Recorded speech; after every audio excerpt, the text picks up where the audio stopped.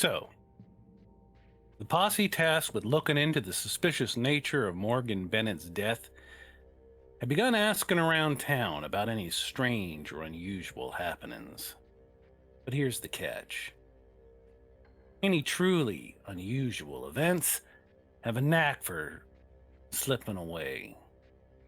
A rational mind presented with the supernatural events must make a choice. Find explanations convincing enough to account for everything you've seen, or accept that the world will now call you insane. Most people choose the first. That's what Joe Gunderson, the operator of the Occidental Hotel, did. After seeing all the girls home, Joe returned to his establishment. Tomorrow he'd have to open early to host a gathering of mourners that had planned to meet here after Morgan Bennett was laid to his eternal rest. But he stopped cold when he saw a light in the window. The hotel side of the business had been slow of late, and he had no lodgers. So his rational mind chose to believe that someone had broken in. Quietly, he slipped into the building, relocking the door behind him, and made a way to fetch the shotgun he kept loaded behind the bar. He would never get the chance to use it. Not that it would have been much use against the sack-hooded men who had come to pay Joe Gunderson a visit from that dark and spectral realm of the Deadlands.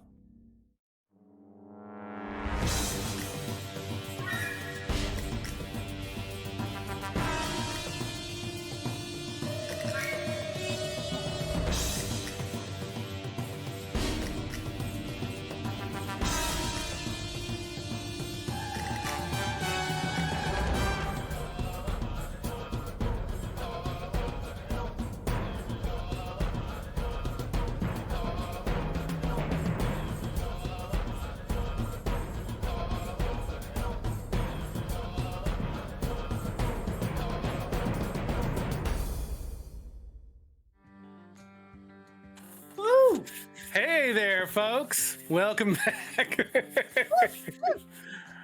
I am your Marshal for this evening. My name is Shine Right. We're going to go real quickly across the bottom of the screen here. We got the whole cast and crew back. So we're going to start with the fellow who was missing from last week's episode, Mr. Bob Morrow. Introduce yourself.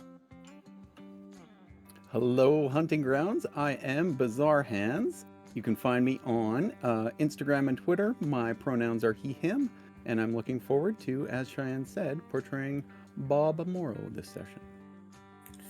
And next in line, we got Freeman. Jaemison Freeman. Why did I stumble on that every time? Jaemison Freeman, no say hello. Howdy, y'all. It's Candace the Magnificent playing Jaemison Jem Freeman tonight. My pronouns are she, they, and I am really excited to see you all back here. Next, we got in the role of Amadeaus, Amy Haddock. Say hello, sir. Hello, all. Todd Moonbounce here at Todd Moonbounce, Twitter and Twitch. He, him, and I am so looking forward to this. I just want to say, buckle up. I have a hunch that this will be a good one tonight. Thank you for being with us. And last, down at the far end, we got Clayton R. MacTaggart, played by... Hey everyone, it's Ryan Howard, host and founder of Rollin' Bones with Ryan Howard, and you can find me on Instagram and Twitter at Howard_Ryan Gregg. And I promise to try not to murder anyone tonight. And again, unless we need you to. Oh yeah, and once again, I am Cheyenne Wright. You can follow me on Twitter at Cheyenne Wright. Okay, so with that, we had a real fun exercise in investigation last week, where Bob Morrow had taken a little bit ill and had to lay in bed for the rest of the day in order to recuperate from his little prairie tick mishap. But the rest of the folks leaned into the investigation of the death of Morgan Bennett. And they poked around town, asked a few questions, managed to do it pretty well and stealthily, and in the sense that they did not arouse anybody's suspicions too ornery. Then came that later in the evening when Clayton MacTaggart decided to do a little investigation on his own, popped into the Windsor Hotel in order to see what he could dig up about a nemesis of his who he is currently on the trail of, John Wesley Harden, and managed to confront another man named Harden and brag about the murder of the ranch hand of Jonathan McClellan to the face of Mr. McClellan, which created a momentary panic among steel.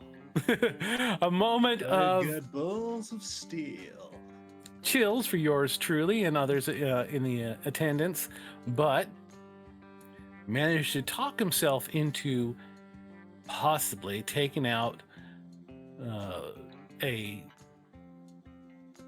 person that Mr. McClellan is particularly affronted by, a saloon owner and reported horse thief by the name of Jacques Jolette, who runs the Blackjack Saloon, which is the local establishment frequented mostly by the logging community here in Missoula.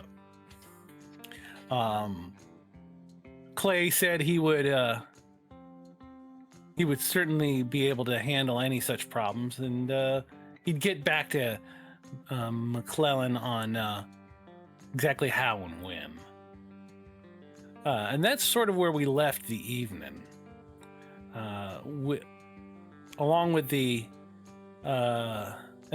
scene, I believe the agreement as you guys left that you would all try and get some rest for the night and maybe make your way over to the Haddock family farm in the next morning. Yeah, we had I believe. what was it called again? The Grove, or the that we were gonna maybe pit stop on the way. Along the way, there is a place called Council Grove. Grove, yes. Council Hill. Council Hill is the central part of the whole thing, yeah. And that you guys would thought maybe you'd stop by there along the way. Having belief that it had something to do with a mention in a particular poem that you guys had heard that night earlier in the day about some flowers coming from a hill where no tree grows, and conjured up visions of a place that you remember from your childhood. All right, so I think that's a fair recap of last week's adventure. And I'm going to take us to the next. It is early in the morning, right around dawn. Procession. You can hear the sounds of a procession of people carrying Morgan Bennett's, or following Morgan Bennett's coffin laid out in a wagon as it's being pulled across through town into the Higgins Bridge and up onto the hills beyond in order to be buried. Not really sure if you guys were planning to attend, being new to town and only having a passing encounter with Bennett, at least recently. What are you guys doing bright and early or that morning? You intending to run out and join up, or just kind of stay here and get ready for your trip? If there's as you said, the procession, I think I would at least like to, kind of show respect, if you will, as it goes by, if that's Oh yeah, doable. yeah. You would not be the only one. Not everyone's going out there. Folks have lots of things that they need to get done, but several people have come out to sort of line the streets as it goes by. Morgan Bennett was particularly liked here in Missoula, and everyone seems to be, taking their hat off, bowing their heads as he goes by. How about the rest of you? Is the sheriff in the procession, or is he over at the jailhouse? When you get down to the street, he does not appear to be a member of the team that's going to the cemetery. He is, however, standing out in the front porch of the sheriff's office as it goes by. Yeah, so as the procession passes, I'll make my way over to him. All right. Morgan and Morrow, Mr. Morrow and Freeman. Bob is certainly watching the procession as it passes by. Morgan made a rather good impression on him in that short time that they had and that they shared, but he's certainly sorry to see him pass. Okay. And Jim. Same. I'm standing next to Amy. Obviously, you guys know that that's somebody that we both knew when we were kids, and you know, I'm trying to show my respects as well. All right. I do want to look for. Actually, you know what? I'm gonna wait. I was gonna say I want to look for, but I feel like now is probably not the best time to talk to him about such things because he's grieving his brother. So I just look on. Okay. So as you move, sidle up alongside the sheriff, Clay, what do you say? So I'll pull up next to him. I'll offer a cigar to him. Mm-hmm. And I'll say, well, it seems there's quite the hornet's nest of ill activity going on in your town here, Sheriff. Yeah. It does seem that way, doesn't it? What do you mean? What particular bug has crawled up your boot? I went over to have a conversation with that old butcher, Dwight Harden, and I ran into John McClellan while I was having a conversation with him.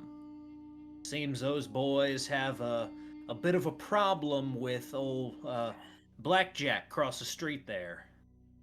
Yeah, What can you tell me about that? It's not necessarily across the street from the sheriff's office, but you're down the street and point around a corner. But yeah, sheriff goes, yeah, that's been a long brewing altercation, I suppose. Thing is, Gillette did his time. He was arrested some years ago for horse thievery. Managed to not get hung for it, which is saying something. Put him in the territorial prison. Did about 5 years. He's out now.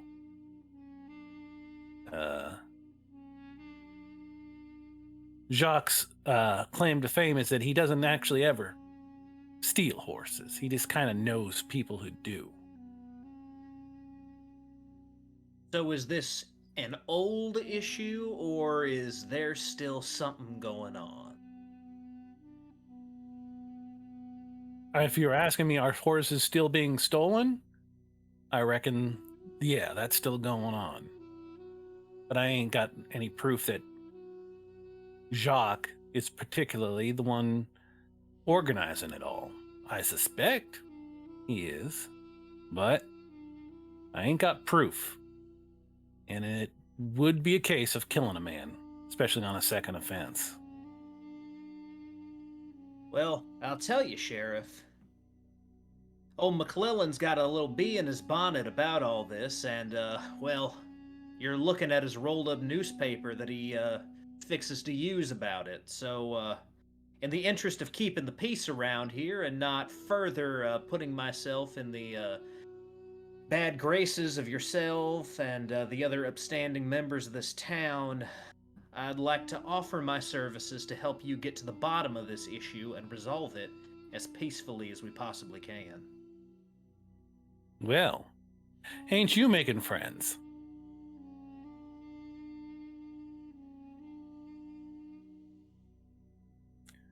I do what I can. Yeah, that's interesting. So, roll into town, you kill one of McClellan's men, and then get hired. That's quite a promotional strategy. I lead an interesting life, sir. I bet you do. All right. If you can suss out what, well, imagine that might prove useful. Man who is known to have issues with McClellan, known to have possibly raised his ire, goes wandering into a bar from which I understand he is more than welcome to, might already be a little bit closer to that old Jacques Jolette than I could ever get.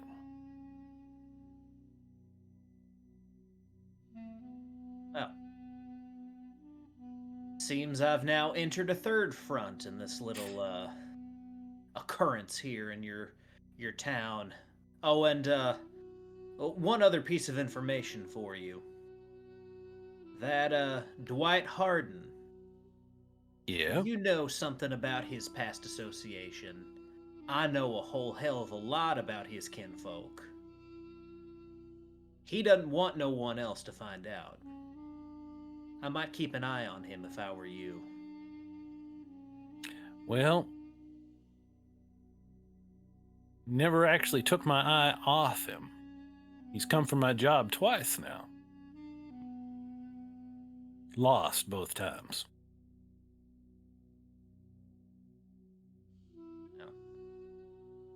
Something tells me that man's a little bit badder than anyone's ever given him credit for.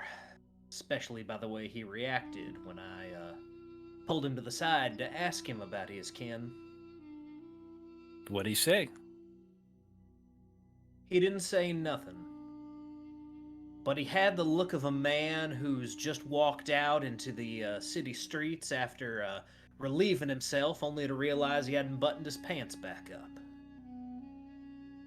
I imagine you done a lot of studying of this Harden that you're looking for, right? We met a few times. Would you recognize him if you saw him? Absolutely. Why don't you give me a description as well? Well,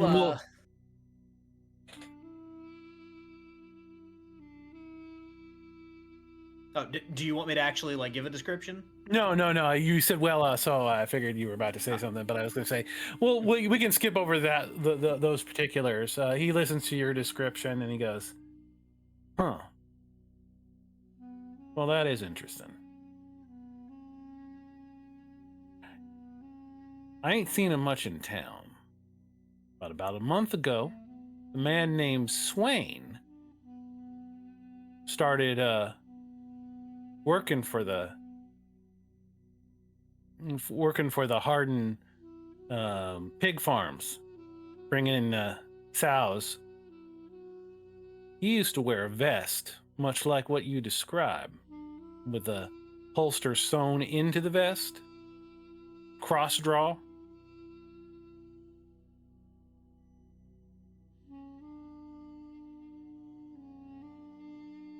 Seems I thought it was pretty odd that a man who had never worked for Mr. Harden in the past was so quickly promoted to being a team leader.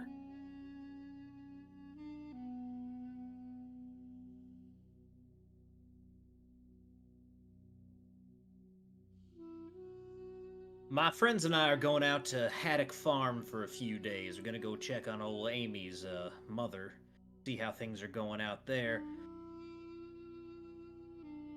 Let me know if he comes back once we return from our little trip. I'll do that, although I ain't seen him much, I will say that. Thought it was odd. Most people don't like staying on a pig farm. But if I notice, I'll let you know. I appreciate that. He says, well, looks like they made the bridge. My job's here is done. Turns around and walks inside.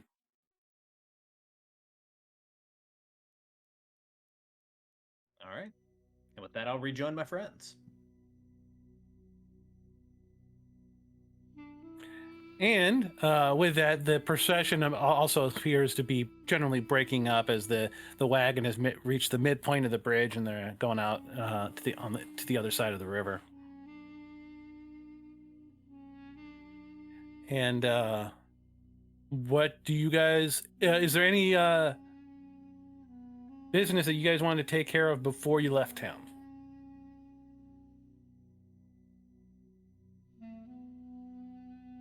small detail, but Bob would be interested in visiting a telegraph station if there is one somewhere. Yes, there within is. town? Oh yeah, definitely. Fantastic. Pretty much Okay. any town that has a railroad coming through it also has a telegraph office somewhere. Telegraph.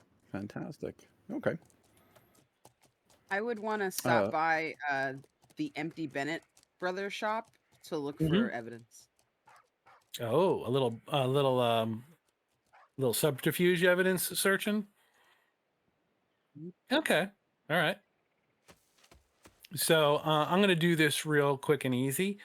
What does Jem? So Jem, give me a stealth roll to sort of finagle away in to the shop first.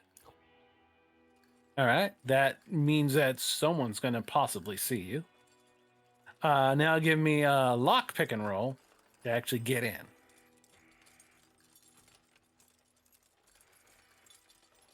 I don't have that, so it's unskilled.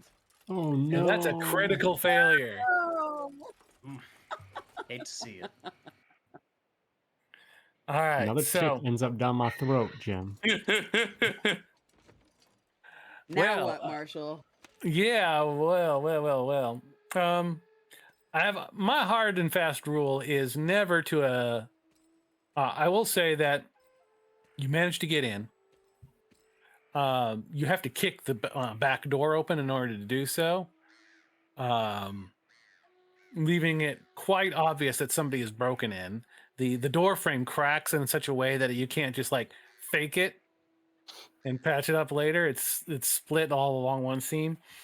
And as you look around, you realize that now you've created a great deal of suspicion over nothing. I'm not going to give you a notice roll to find any clues. Suffice to say, there isn't much really for you to find here. But as you slink out, you got a real sense of doom and gloom. You know that folks saw you ducking down the alley, and you know that people are going to be talking about this broken door. And maybe it's a good thing that you don't plan to be in town for the rest of the day. Yeah. Can I leave a note? Certainly. Guess you may. So I would like to write Earl a little note that says Really just needed Hey, some man. 10-penny nails, sorry. well, he's gonna come back and there's not gonna be anything missing. So he's gonna be like, why did someone break in here? So my note is gonna say, hey Earl, in a fit of grief, I came here to see if I could, bring up any memories of your brother, and I kind of made a mess of things, drank too much. I'll fix your door ASAP when you're back open. Give me a smarts roll. I feel terrible.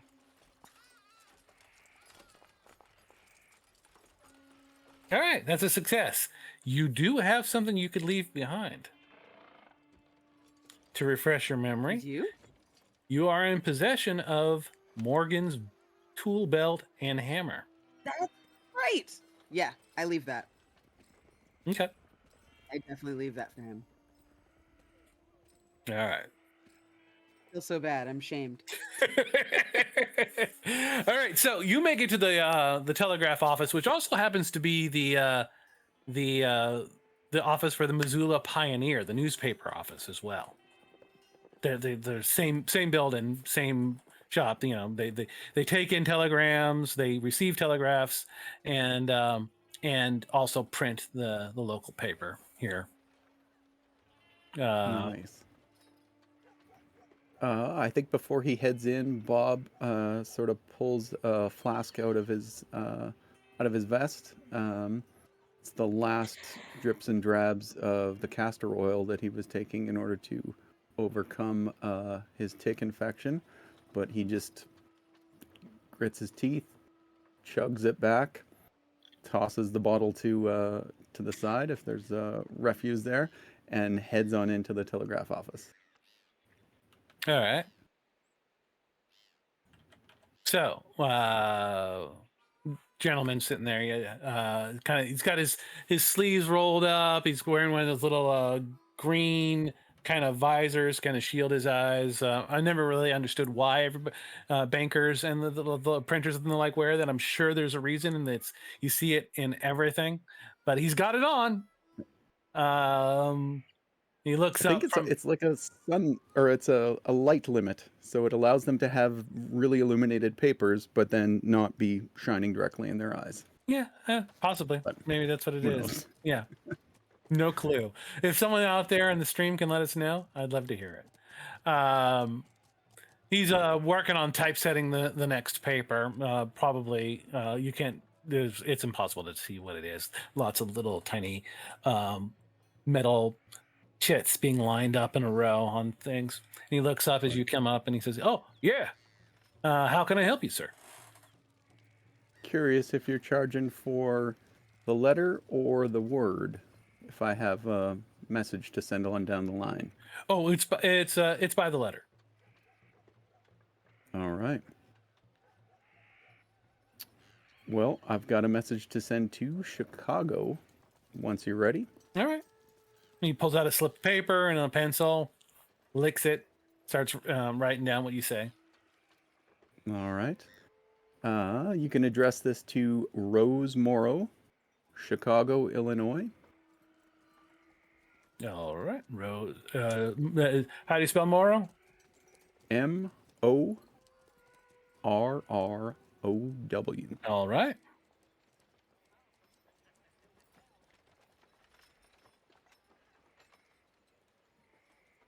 Okay.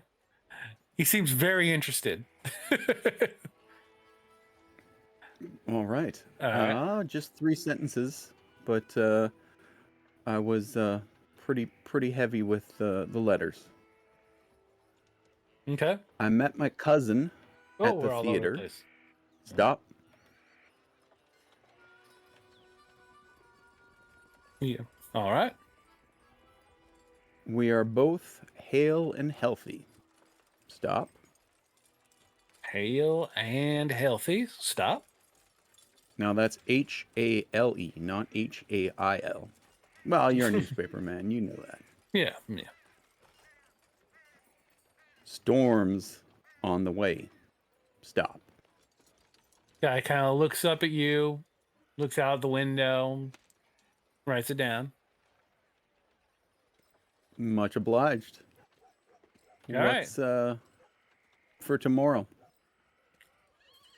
Oh, well, mostly stuff about the funeral. We're saving a section to just to cover what might have been said at the funeral itself, and other local events, that sort of thing. Talk about a statement from the mayor about how the celebration still will be going on, that sort of thing. Any word on who's going to be continuing the construction?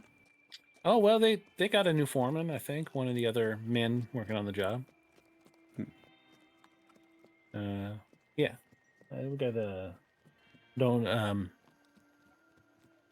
nothing special. All right. Well, I appreciate your help. And no problem. You can make sure this gets dispatched promptly. Oh, yeah, certainly. We'll take care of it right away. Much obliged. He counts the letters, gives you a price. I'm not going to do that.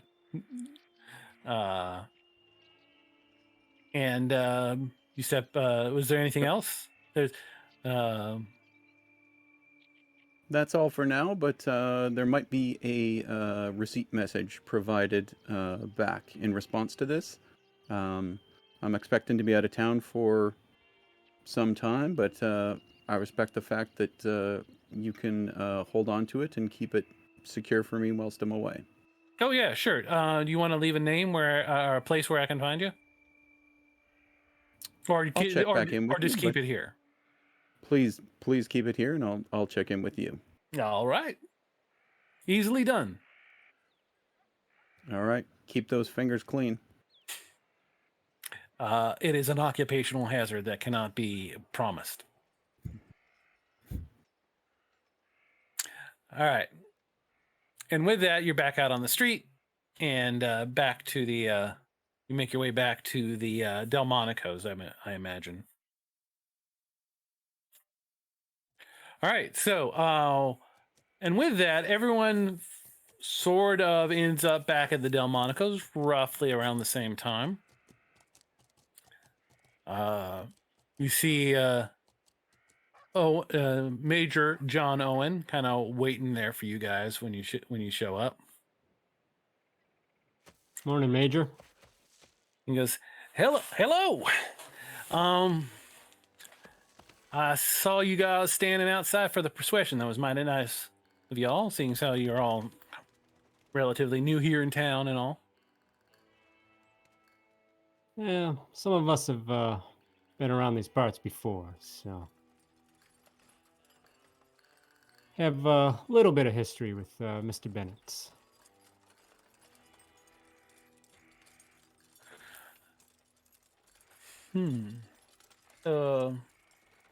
You have a history. No, we just grew up together. Oh. He thinks for a moment and he goes, Some other history that you're aware of with Mr. Bennett? You Josephine's son, then? You that Haddock? Yes. Oh. Well. Going out to the I farm didn't today, actually. I didn't realize you were an old timer then. Not a lot of folks left. Yeah, I had to get away. But same reason I left. It's brought me back. All right. Well, that's yeah, I guess that's what happens. You're kind of tied to a place when you're there for long enough, you know? It never doesn't really matter how far away you go, it's always still a part of you. My brother wanted me to to head back east when my wife passed, but I couldn't leave. Something about these mountains, I've just been a part of it for too long. There's comfort in the familiar. Yeah, I suppose. Well, you folks look like you're fixing to head out somewhere. Yeah, Or- going to see Mama. Oh, okay. Well, safe travels, I guess. Yeah, what's on your agenda today, Major? Well, hadn't really planned. Figure there's going to be some free drinks at the wake, so I'll probably show up there. Well, other than that, I don't know. Find something. Well, you're quite the navigator, yeah? It has been said, not exactly my strong suit, however. Well, we've Afraid to say. got a long trip ahead of ourselves. If itching for something to do, When you folks leaving? well, as soon as we climb aboard our mounts, I guess. I think we're all ready to go.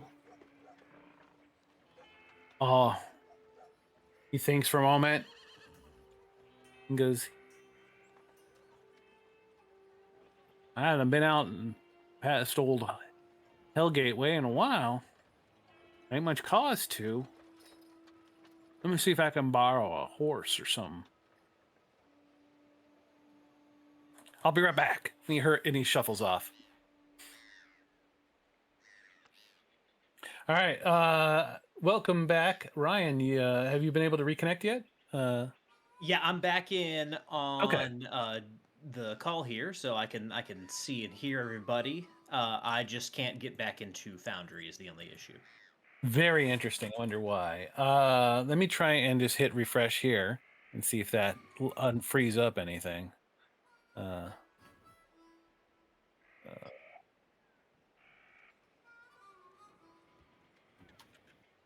okay. Okay, I just did a refresh, which may force everybody else to kind of reload and then see if you can log in. Should be. Sorry for the problem there, guys. No, it's all right. I mean, technical issues are what they are, and it's a sign that we're doing it live. All right, I'm in. I'm in. All right, there we go. All right, so long story short, Major John Owen comes back with leading a very ragged-looking pony that he has got on loan from the livery, and he says, "Hey, I've got one." Yeah, I would love to ride with you folks. It's been a while. Absolutely. We, as I said, he's a good man that knows where he's going. Kind of give a little wink at that. He laughs at like it's some sort of private joke, and with that, you guys head out of the of Missoula. You actually ride. You don't have to cross the bridge to get to the road that would take you in that direction is actually on this side of the river. So you head a little bit deeper. Actually, away from the bridge to hit the Mullen Road, and then you ride west. It's gonna be it's, like I said, a good 5 hours, roughly, to get to the Haddock farm from here on Mullen Road. Longer if you take it out across open terrain, but it's you go faster if you travel along the road. Right. So I'm assuming you're going to do that. Yes. As you do so, do you have any particular conversations about anything? Now that you're out and away from town, you might feel a little bit freer to talk about things that you maybe do want to bring up. You guys sleep all right last night? You're asking if you did, or you're asking other people? Asking my companions. Okay, gotcha. Yeah. No, Got a couple of nightmares. not really. Same. It'd be nice Open to air is see. going to do us well. Montana again. We'll sleep well after a long ride. And a slice or two of Mama's apple pie. That's right.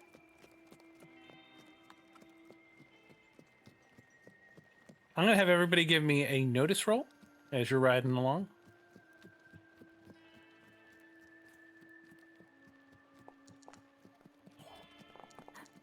Two. 10. Very nice.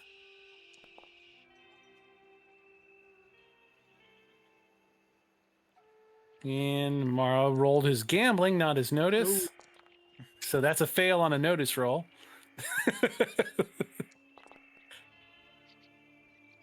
Okay. Still a fail on his notice roll. All right. So, but some of you guys succeeded and some of you guys succeeded with a raise.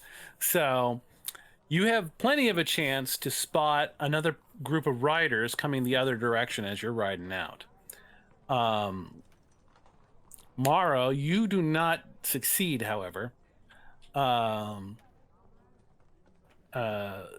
with Clayton and with Clayton's success and Jem's raise,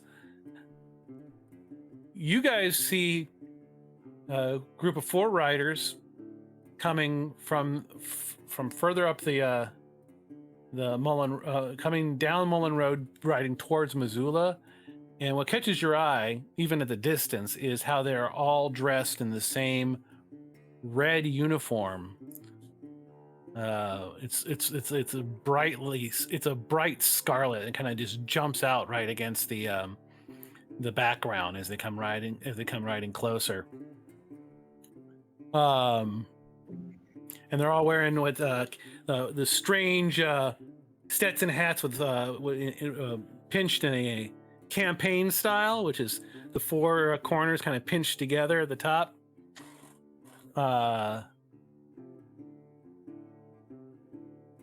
And they appear to be some sort of military formation as they go riding past.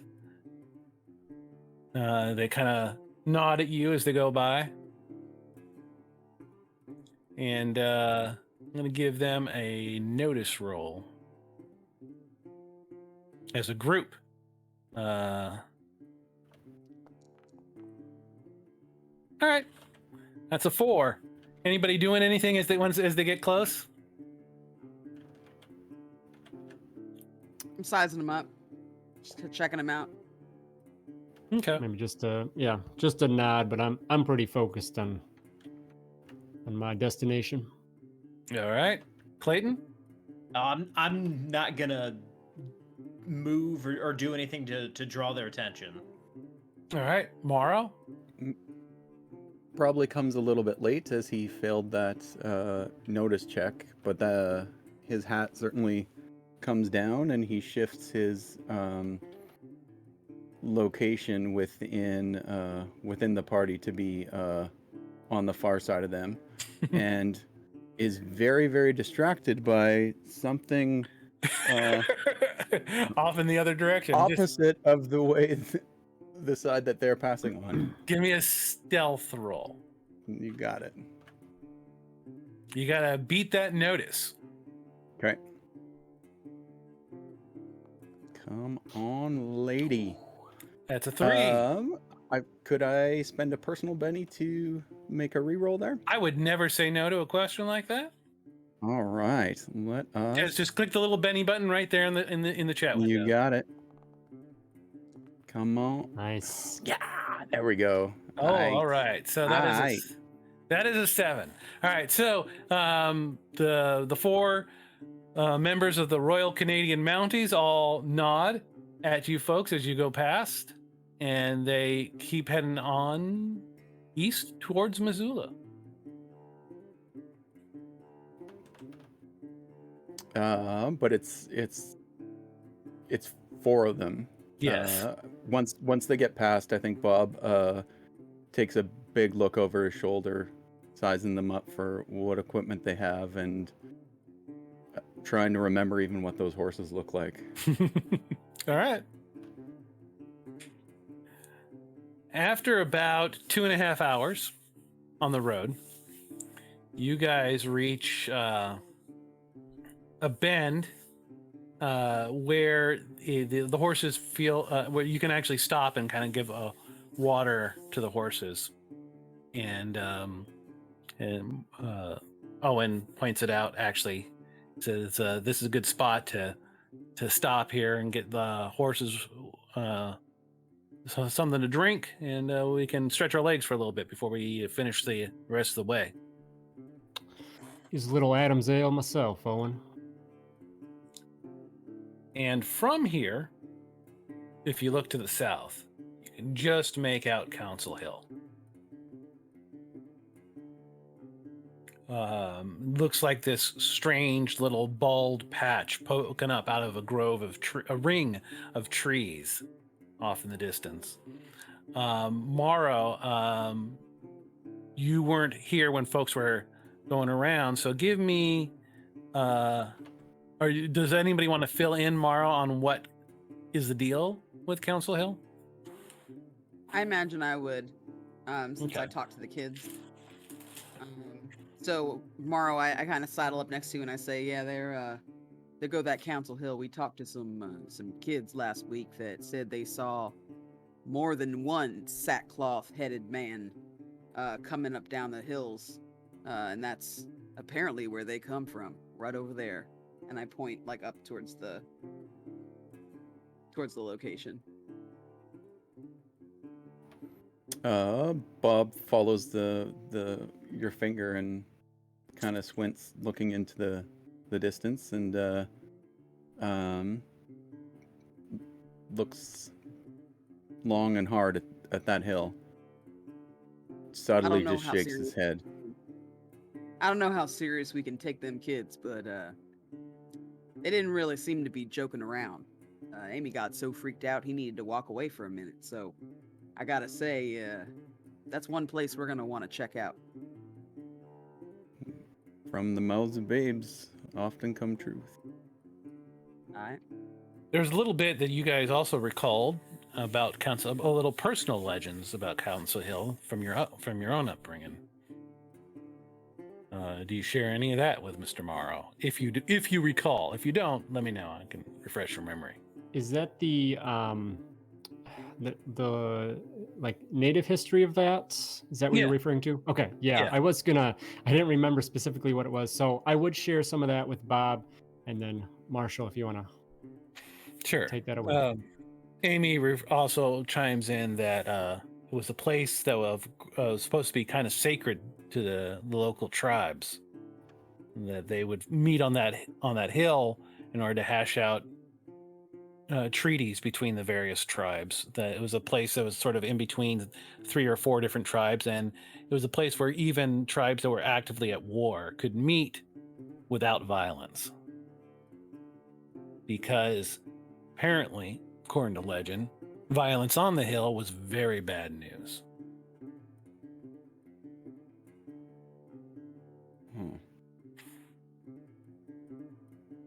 I think it was smart to stop by here.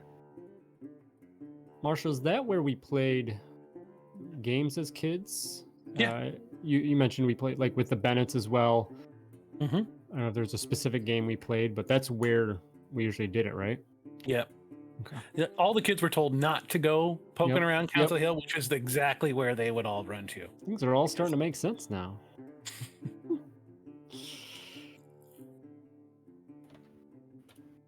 Sounds like things haven't changed much. Kids are still running off there. I'm hoping they're safe. All right, so. But I ain't confident.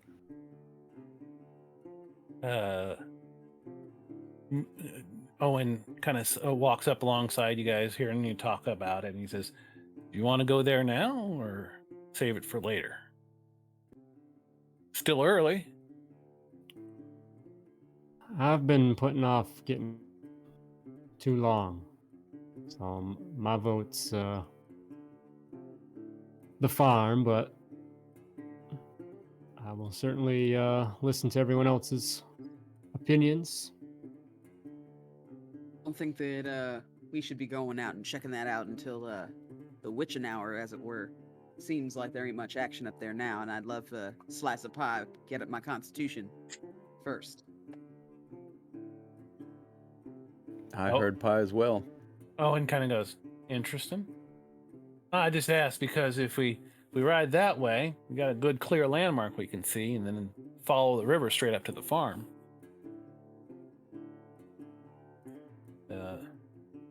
But I understand. There's other ways to get there." He heads back to the pony. Maybe we see it in daylight as well as moonlight then. It's gonna detour us much there, Major? No. Maybe an hour, most. Well, then you wait an hour to get your slice of pie. And I'm just kidding. We can, I'm fine with the detour. In fact, I don't know if I'm too excited about coming back for that witching hour, as Jim so put it. Had enough of the horrific already. All right. So you guys mount up again, and here's the point where you leave Mullen Road and start. You were here as marked on the map. You're about here along the side of Mullen Road, and from there you detour off and head straight down towards Council Hill at where the green pin is on the map there. As you ride across the open valley, Jim, give me a spirit check. Sorry, no, notice roll. I'm going to take that back. At -2, which is still a success. Your innate sense of strangeness begins to prickle up your spine as I would get closer and closer to the grove of trees that surround the hill. Okay. And, I kind of turn to Amy and let him know that I've got a real bad feeling about this. You're just getting that now? I mean, I had a bad feeling since we got to Missoula, but and now this is something else. I kind of try and just listen, or as she says that, just kind of try and reach out a little bit as well and see if I notice anything additional. All right. You can give me a notice roll. Any penalty to that? No. No. Ooh, my. Yeah, that's pretty good. That's an 11. Are you waiting? Are you just so you've reached the edge of the trees? Is this before you enter the line of trees, or once you get inside? When she says that, when he makes that comment, I'll definitely just Okay. Yeah. From out here in the safety of the valley, all you get is just the sensation that the dark woods that ring around the tree are awfully dark and foreboding.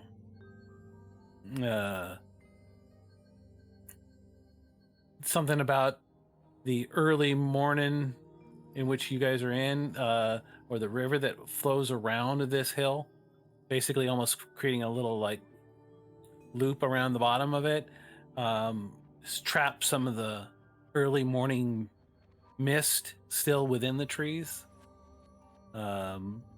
giving it just that extra touch of uncanny sensation as you approach the line of trees. Just a low level ground fog, kind of still shielded from the sun, not melting away like it should. I'm picking anything up extra, Jim, but still doesn't make it any less eerie. Ain't nothing too crazy happened to us in the middle of daylight. I'm gonna go ahead in there. You I'd like sure to you want to do kind that? of You wanna take the horses in? cautiously, No, I think I'm gonna rope the horses off if I can.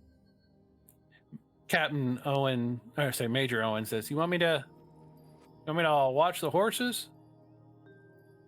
Yeah, Moonlight gets a little skittish sometimes, so I'm gonna leave her with her. Leave her with you. Yeah. All right. I'm good at taking horses. Just to the edge, Jim. All right, just to the edge.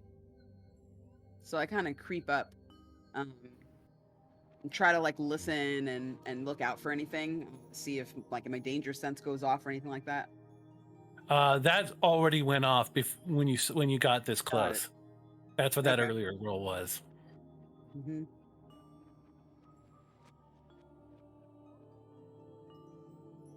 So it's ringing bells already. So Okay.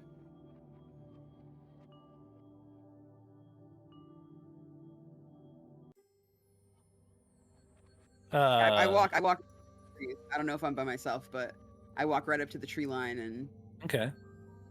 consider going in, but look behind me to see if anyone's going to join me. I've definitely stayed back with the horses. Clay or Morrow? I'll go up with her. Okay. Clay's not afraid Bob of is anything. certainly interested in getting a closer look, and I think he's as they get towards the end or the edge, I think he looks around and says, "Dare you to go further," in sort of a childlike way. So I kind of take that to heart. Like he's trying to play me, and I'm like, I kind of pop up my chest and I go, huh, whatever. My horse gonna be all right. Amy's got it. Major's got it. I ain't scared of this. And I just kind of like start to stride in, like Just to the Jim. All right. Jim disappears into the line of trees. Clay, how about you? Yeah, I'll kind of go behind Jem so I can cover his back, and just kind of like, see what's behind him, make sure that I can still see the group and see Jem if that's possible. If not, then I'll just stick with Jem. All right. And you step in, and it's like from Amy, you just see the two of them just swallowed up in the dark, in the shadows of the trees as they move forward. They almost seem to disappear from sight almost immediately. How about you, Morrow? I think Bob looks back to Amy, shakes his head. I don't know if you can see facial expressions as far away as you are, but he's not looking too pleased, and motions Amy to follow up, and then steps into the ring of trees as well. All right. Major, I ain't going nowhere. That's all right. I'm right here. You damn fools. I suppose. If you believe in that sort of thing. I mean, the legends and all. You want to go have a look? No. I'm smarter than that. I probably know more of the legends than any of you. With my wife and all. Learned a lot of them. I learned one of the things that I ain't that good of a navigator. But one of the things I did do a whole lot of is... You do just fine. Yeah, well... Don't sell yourself short. What I was good at is learning languages and the such. And I was the first white man out here to learn and write down the Salish tribal language. Wrote a whole book about it. Oh. Somewhere.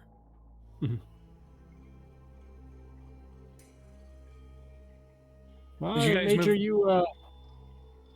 move- pardon me asking, and you don't have to answer, but you seem to have an itch to stay busy, come along. Something, any reason for that? Something to bother? No, just sort of a gloom around Missoula, and my life is already somewhat unhealthy. I'm aware. Thought maybe a little fresh air and out of the funk of what has befallen Missoula, we might do me some good. Well, I hear you there. I'm really hoping that heading back home does a lot of the same for myself, but to be truthful, I'm a bit concerned it might do the complete opposite. I have noticed you getting a bit twitchy as we got closer and closer. Wasn't sure if it was the hill or the farm. Probably more the latter. How long has it been? 20-some years, I think. That's mighty. Yeah. I wonder what it was. You don't have to tell me. But make a man choose to come back after 20 years away. Most people would just call this place a memory. Certainly not Yeah. call it home. It's those memories that brought me back. Memories of what? Oh, things that I would much care not to discuss. All right.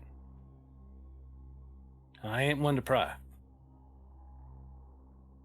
Not that I wouldn't mind sharing, it just not a good story to tell. Okay. Ain't asking. The Appreciate guy's you coming puppet. along, though. Well, it was something better than what I had to do, which was drink. Mind you, I wouldn't turn down one if you had one. You know, No, just booze has disappeared in the trees, unfortunately. well, perhaps I should go in. It's been a lot longer than I'm comfortable with. If you don't mind. Oh, really? I was making a joke. I'll step back, cut my mouth, and just yell out to everyone, Jim! Clayton! Meanwhile, in the trees. Amy, you're the first to go through. You can feel a distinct change in the temperature as you do. The place seems very cold as you begin to walk through the trees. Sound of the valley just kind of almost immediately fades away, and this sort of muffled sensation kind of falls upon your shoulders. You can barely hear your footsteps. And you can't even hear the footsteps of Clayton or Morrow behind you as you move through the underbrush. It's so quiet. And you can understand why folks might come here and feel like this is someplace otherworldly. It has such a quiet to it. Clayton, you have a very similar sensation as you come walking through here. Although your nature lends to you becoming a little bit extra vigilant, all of a sudden you feel like you keep seeing something out of the corner of your eyes. You get a little nervous as you kind of look back and forth, expecting something to jump out at any moment. Morrow, as you come walking in through the line of trees, temperature drops, sound gets kind of muffled. But behind it, you hear something else. You hear, as you walk through the brush, you can see the folks in front of you. You can see them walking, but their footsteps barely make any sound. Yours, you can make out. You can hear something else moving through the trees. Something big. That was the one word that I didn't want to hear you say, but I was going to ask you if that's what it was. That's And then there's a deep sort of breathing through the trees. I see you.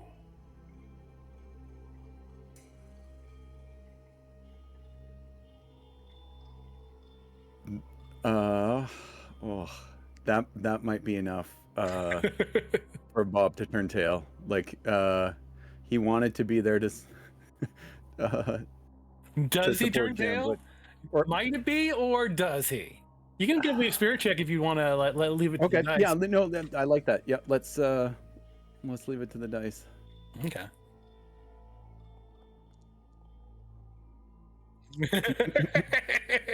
5. So it is on Okay. you. If you choose to Nope. run, that is a character Nope. choice.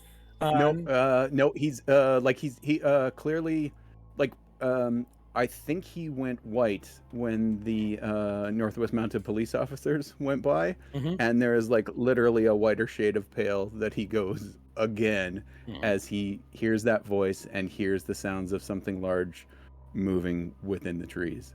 So yeah, his footsteps certainly stop. Maybe he tucks his hand into a pocket to prevent it from shaking.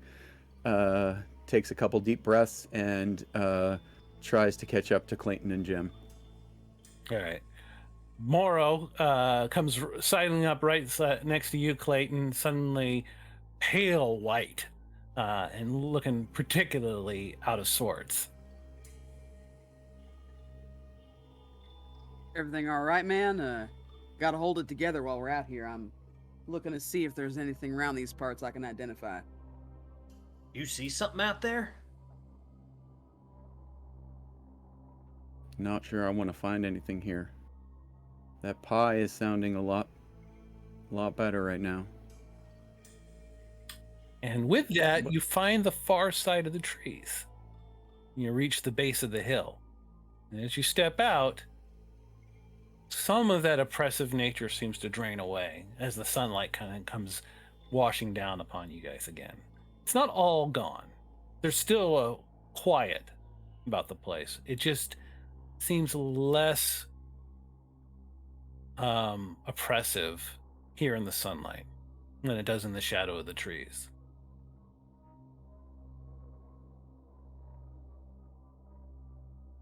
I take a deep breath in of like the air and kind of fill my lungs with it to try to calm my nerves a little bit. And I look around and I look back at the guys and I say, see, I told y'all we're gonna have to come back here at night. I got a weird feeling, but this don't seem like much more than a forest glade.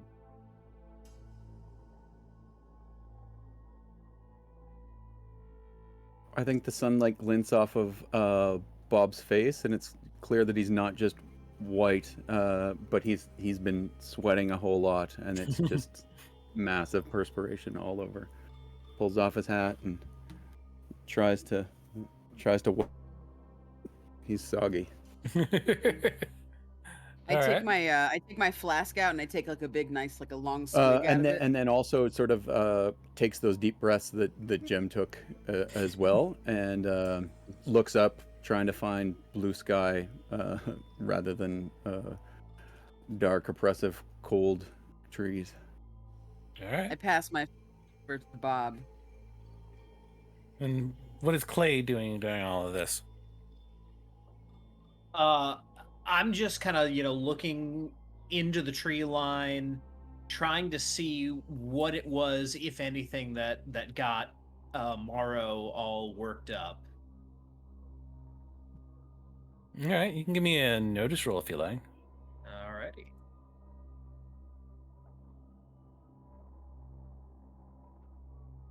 And just for the same, give me a spirit roll. Okay.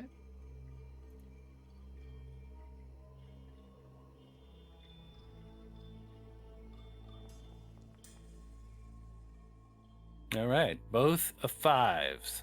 Same roll on both. You look back into the woods, and you felt a sensation as you were walking through them that you were catching things out of the corner of your eyes.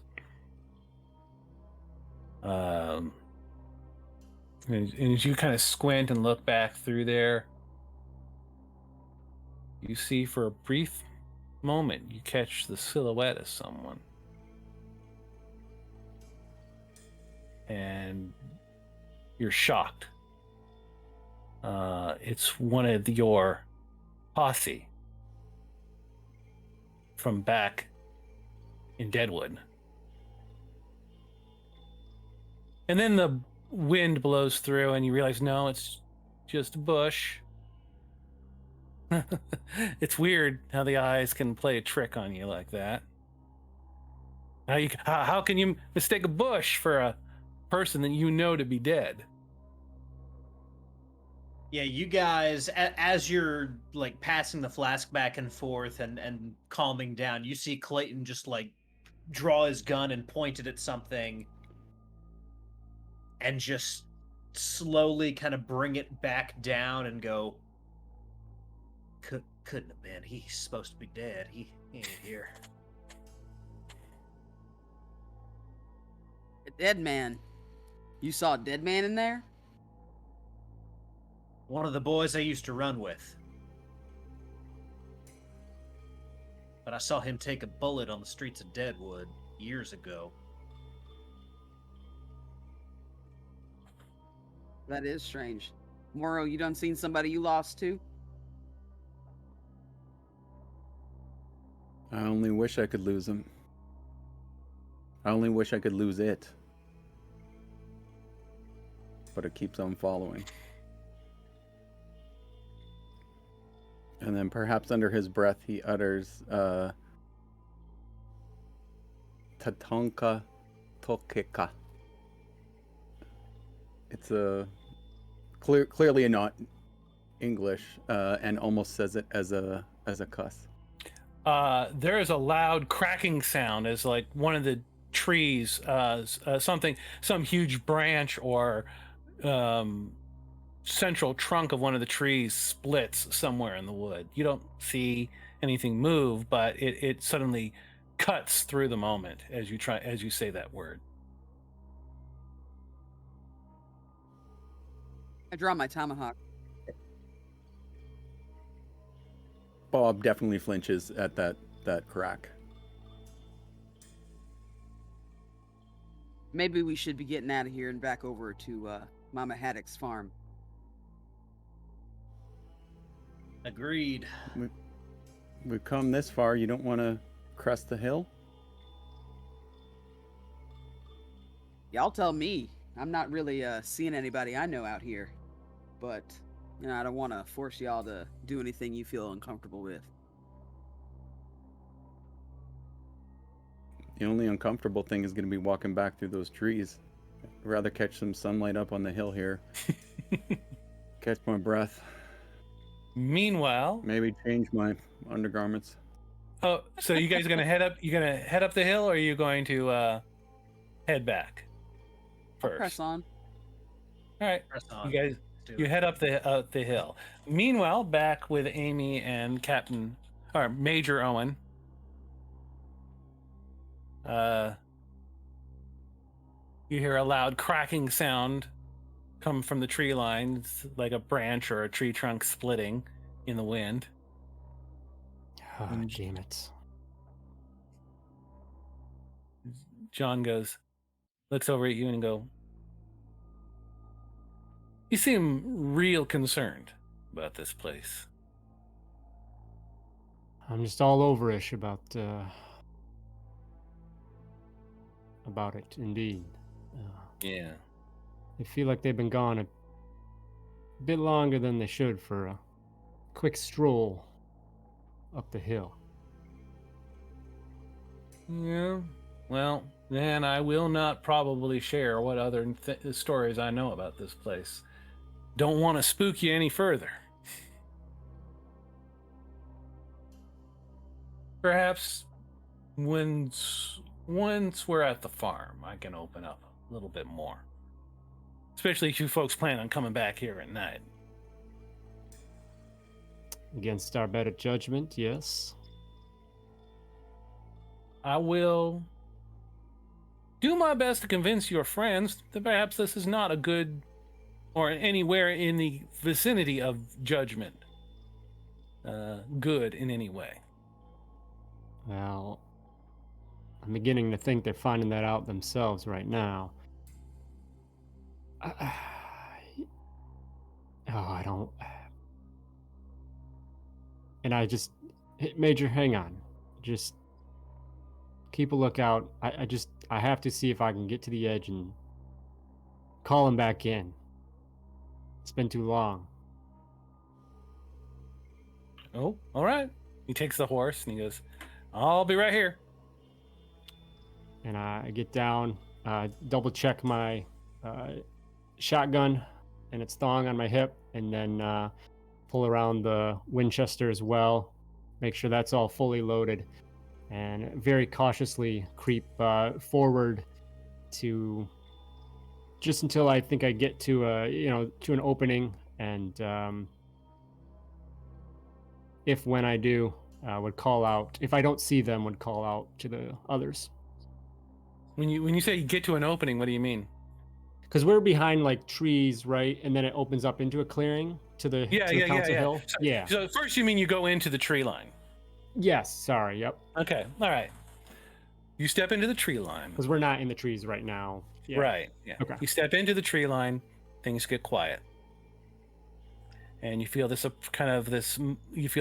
drop in the temperature, this kind of cold feeling. The area gets a little bit muffled. You can feel the wind just sort of slowly drifting over your skin as you start walking through the trees. And you can smell this coppery touch to the air. And you freeze for a moment. You recognize that smell. And then from behind you, no more than a foot, her voice, Amy, why?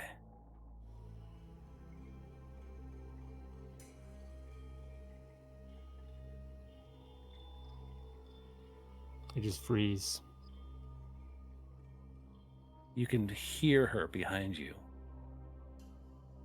She goes, it hurts so bad.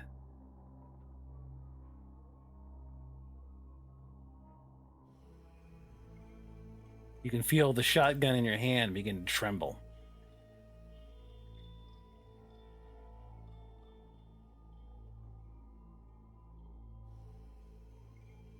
What do you do?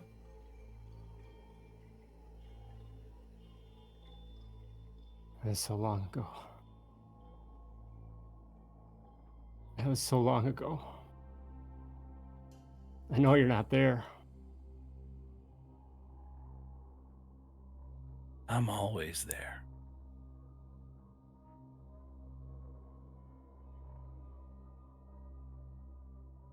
And I very slowly turn around. There's nothing there.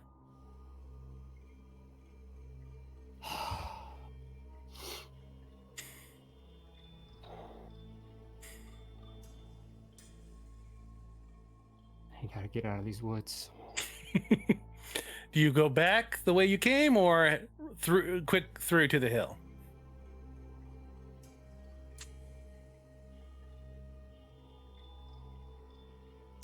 I'm gonna press on because I want to get the hell out of here, but I want everyone else. I need to get everyone else out. So, okay. Yeah.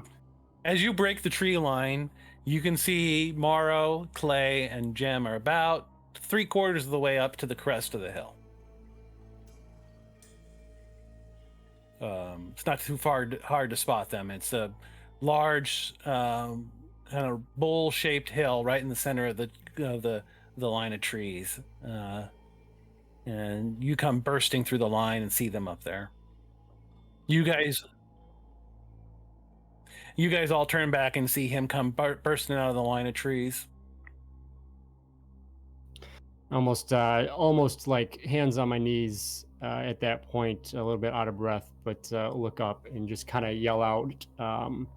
What would you say distance is, Marshal? Oh, about 100 yards. Okay. Football field, yeah. Yeah, so again, just kind of yell out.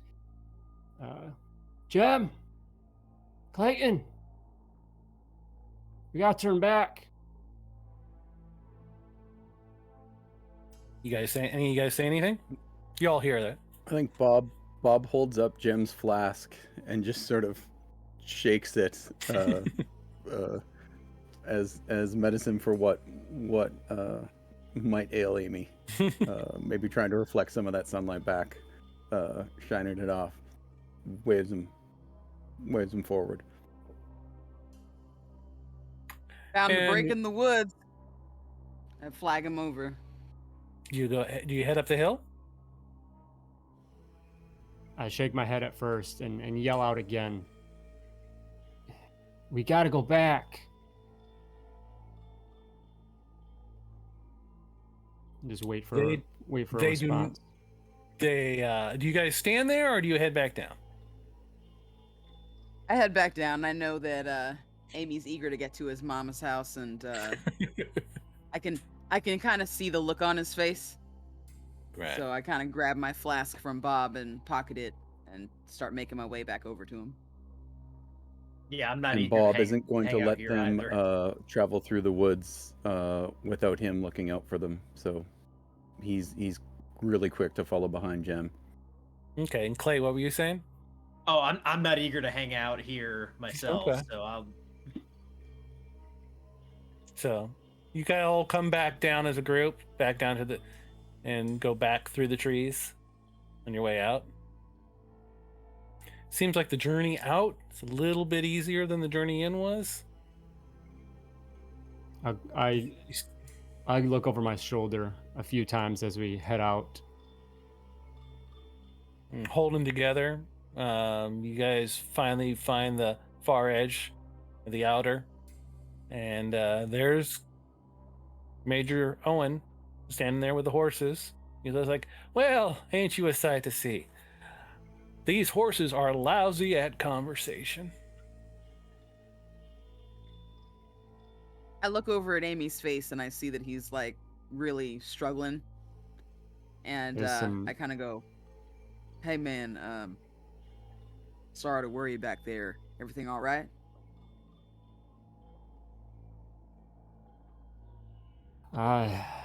No, but it's better. I'd much prefer to carry on.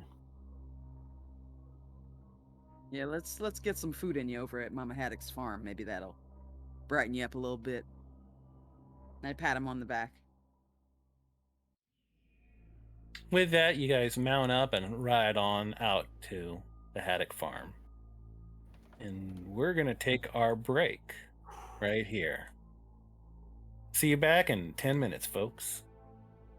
Late at night, when the moonlight glows, from up on the hill where no tree grows, close your curtains, turn out the lights. The flower sack men come looking for a fight. Hear them holler as they call your name? Don't you answer, or you're to blame. Close your curtains, turn out the lights. The flower sack men are a terrible sight. When the cold wind blows, they come to town. Don't you run, or they'll chase you down. Close your curtains, turn out the lights. The flower sack men are out tonight. And welcome back. Hi. And all right, so last we left off, the folks were leaving the Council Hill area off to Haddock Farm to meet Mama Haddock. And that journey does not take very long. It's a short ride across open plains. Much as Owen says, you kind of just circle around the trees till you find the river, follow it upstream, and eventually you come cresting around the bend, and you can see groves and groves of apple trees lined up around two buildings, a farmhouse and a barn. On the way, Marshal, if I could. Certainly. Taking a good chunk of time to kind of collect myself after what I experienced in the woods. Let's kind of pull up to Jem again. Jem, you ever had somebody you loved? Yeah, I reckon I have. What happened? Everything that always happens, you gotta make tracks, find yourself on the wrong side of the law, or on the right side of the law but the wrong side of your morals, and gotta hightail it out of there. Last time I had someone I really loved. She was a good girl, but she was somebody else's girl, and had to get out of there quick before I found myself in any kind of bloodshed. My mouth kind of sets in like a hard line as I'm thinking about this person. It's pretty painful when they go away. That it is, Amy, that it is. You make a connection with somebody, you feel like you're top of the world, sun shining on your face. Then all of a sudden, dark and cold, and you're by yourself. Yeah, pretty much like that. You missing someone tonight? I'm always missing her. Susanna Varlet. I'm always here. Or Santa, as I called her. You would have liked her. Probably Yeah. good she ain't around anymore, because I bet you'd trying to steal somebody else's girl as well, apparently. Amy, I never do that to you, man. We're as good as brothers. What'd this beautiful girl look like then? Oh, just a pretty little thing that, you know, filled out those summer dresses just right. Blonde curly hair. Just had the brightest rosy cheeks and smile that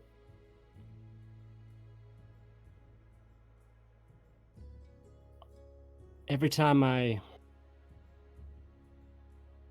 don't sleep, or when I do and it's just worse than what I imagine hell to be,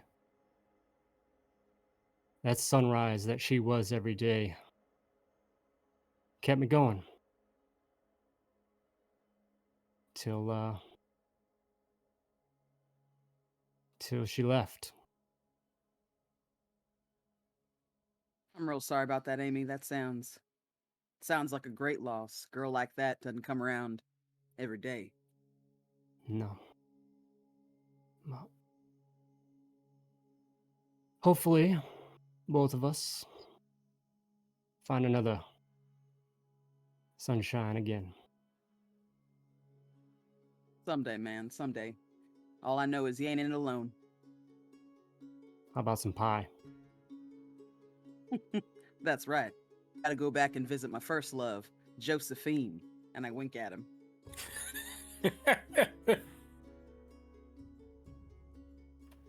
So, as you approach Haddock Farm, it looks pretty much as you remember it. You spot the top of the roof of the farmhouse first, and then as you come around, you can see the barn and the trees. And a person out there in the field, the grove of the trees, kind of stops, kind of turns and looks off in your all direction. Stands with a strange, slow recognition as you approach. Take my hat off. She looks. You guys. You see this woman, gray-haired, simple dress. You can see the sort of stern, foundational look in her face and her stare as you guys come riding up. Looks around, back at you folk. She goes, and she then her eyes fall straight on Amy. She goes, "Well, suppose I should get dinner ready." I hop down from the horse, and I want to run with every ounce that I can towards her, but I don't. And I'm her now grown up and tough son, and just calmly walk forward. And it's good to see you, Mom. Give her a big hug. Let me help with dinner. She motions towards the barn. Mr. Owen, you want to take care of the horses? He goes, yeah, yes, ma'am, surely will.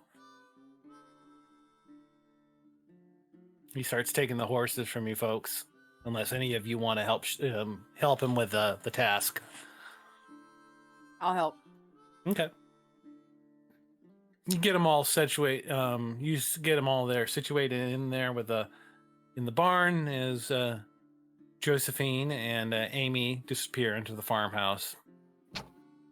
I'm not sure what everybody else is going to do. So Clayton, Morrow, you're left kind of standing out there.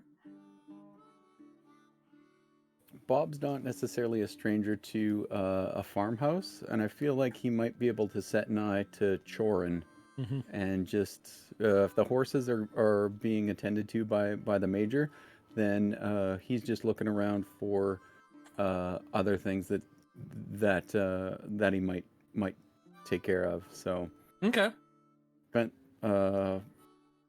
Fences might need mending, or any sort of tasks that could help out and benefit the farm. He'll set to doing that and make sure that Amy has some space to catch up with Mom. All right. Clay, what is your intention? I will kind of follow after Amy and Jem, just at a little bit of a distance, since I am a stranger. Right.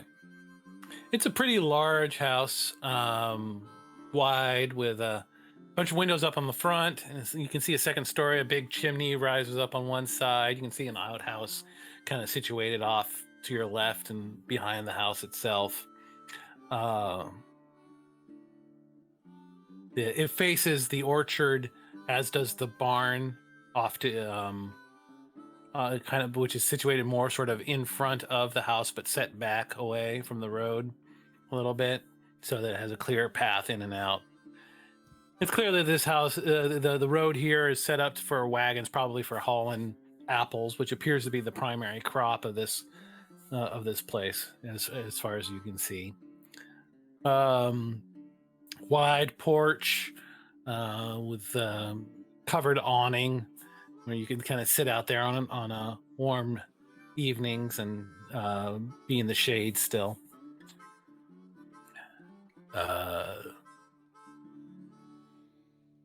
The apple trees are not necessarily bearing a great deal of fruit at the moment, being early spring, but they're flowering. And it looks like Mother Haddock was in the process of tacking copper bands around the trees, down about a foot off the ground.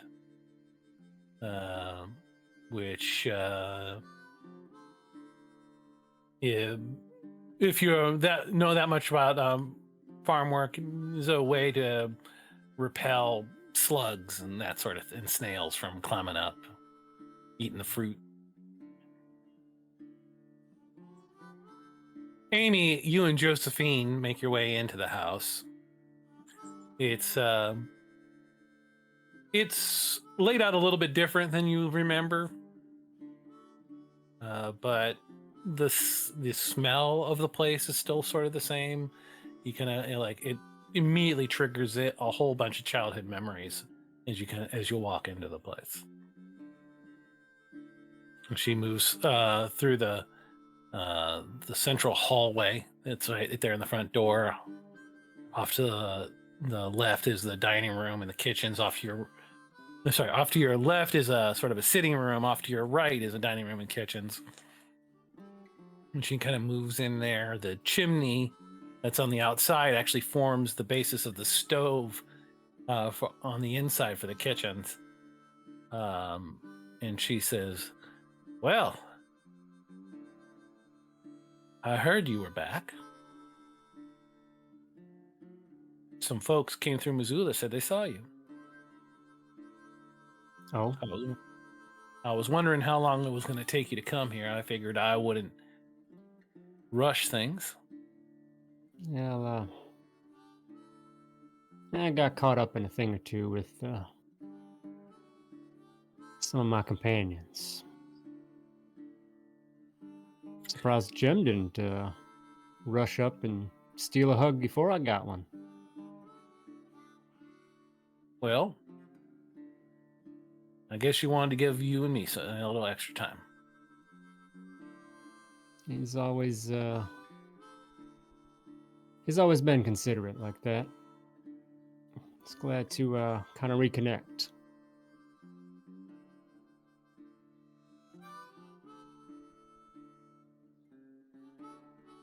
She seems she said about all this extra. She turns, she kind of nods for a moment, and then starts pulling out bowls and ingredients and stuff like this, and trying to figure out how much she's going to have to make for all this, for the extra visitors at the moment. What can I do to help? Well, suppose you could start with, why now?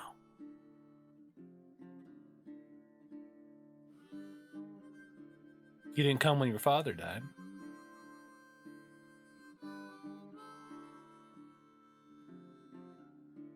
I mean, you sent me away.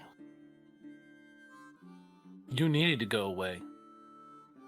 We did that for you. Well, seemed to work, All right. but it stopped working.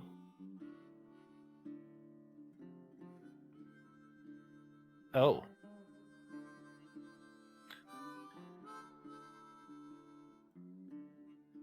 And She I don't. seemed- She seems a little concerned that with that. She goes, dreams. They came back? Oh, they're not dreams, Mom. Terrors.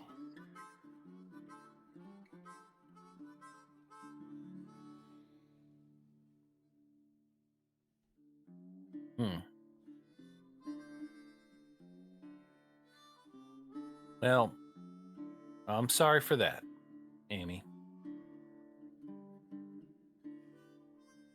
What? What happened when I was a kid? What? There's got to be something.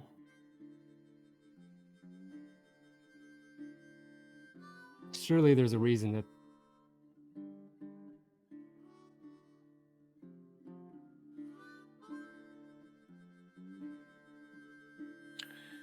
She thinks for a moment and goes, Amy, you were a young boy, and perhaps you saw more than you should.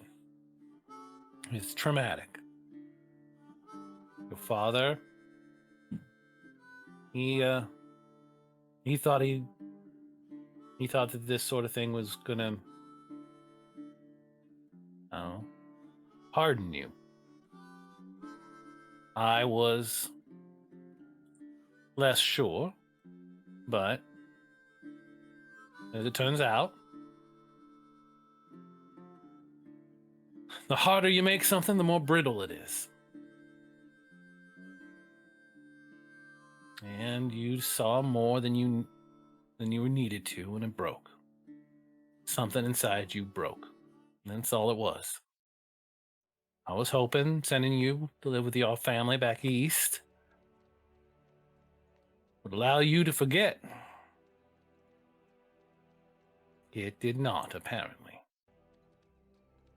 Not long enough. It's cost me so much. Yeah. I'm sorry about that. If there was something I could do, you know I would.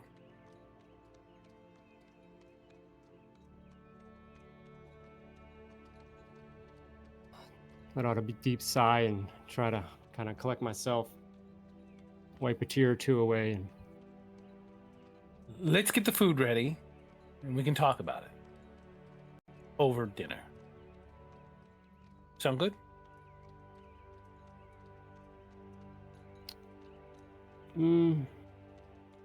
Yeah, maybe after. I don't know if I'm ready for everyone else to be a part of that yet. She kind of furrows her brow. If you didn't want to talk in front of them, why'd you bring them?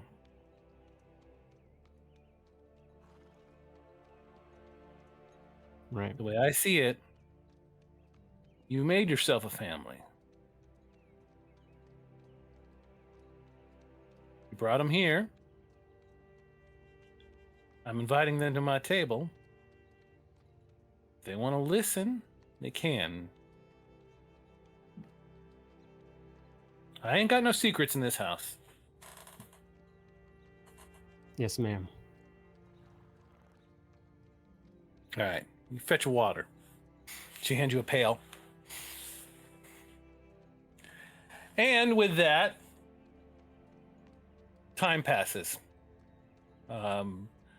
After Josephine has figured out the what the meals for the evening is going to be, she starts out to giving each of you other chores to take care of. Puts you immediately to work on the farm. She is not going to let an opportunity like this slide. She's used to doing it all herself, and she is going to make sure she gets a whole week's worth of work out of you guys dropping by for a meal. So by the time that it begins to get, the sky begins to turn this little touch of orange, but still light out, she calls everybody in for dinner. And that says you too, Mr. Owens, as long as you properly washed up.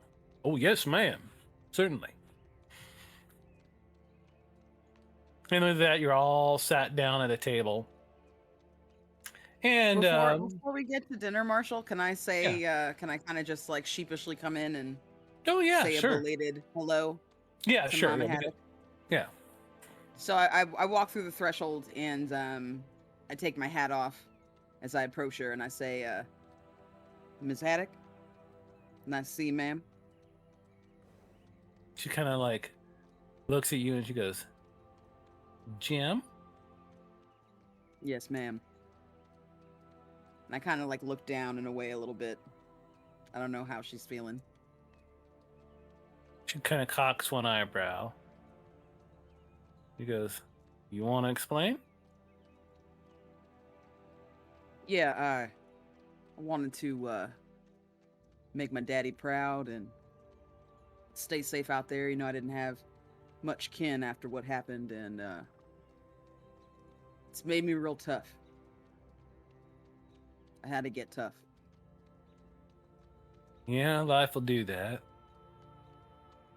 Especially life for someone like us. Yes, ma'am. Pioneer, homesteading.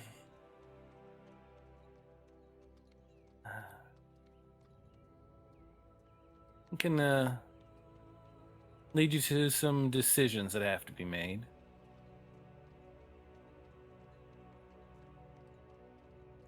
I'm not sure if I quite understand yours. Yes, ma'am.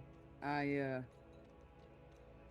was Buffalo Soldier for a time, traveler for a time, and now I'm riding with these fine gentlemen, and as always, looking out for Amy. Well, that's good. It's good to see you. It's good to see you too, Jim.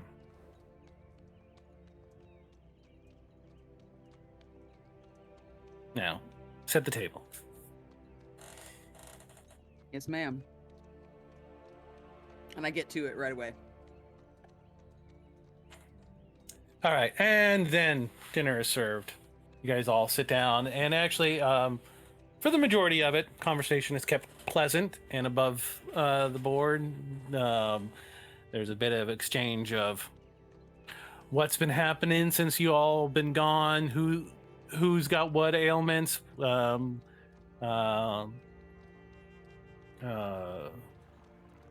Frenchtown is apparently got real big for a while, but then Missoula got real big when the railroad came through and just kept getting bigger. And now Frenchtown, where Jim's from originally, is kind of back to its old size again, apparently, from what you understand. He says sometimes that she makes her way out to where Hellgate used to be. She has to pass it on the road when she's taking apples in for sale. Says that there's almost nothing left there but a few timbers. And it's when the town gets brought up that she seems to fall a little silent. Kind of stares off, and she kind of goes, I suppose that's when it started, Amy.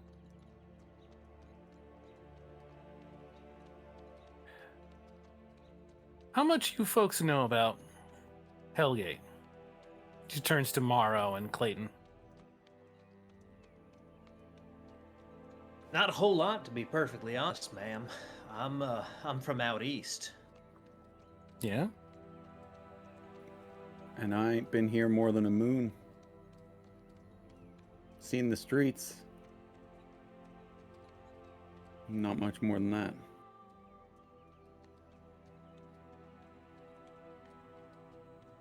Hellgate. She kind of thinks for a minute about how to approach this, knowing that she's about to. She kind of looks about to bring up some very painful subject or something. He goes, Hellgate had a dark history towards the end. It became a very violent place. As I suppose a place named Hellgate probably was ever likely to be. 20 years ago, a sort of panic spread through all this part of Montana. A sort of greed that took hold of everybody. There was a gold strike in Alder Gulch. She kind of points generally off over the mountains somewhere. And with that came a whole explosion of people.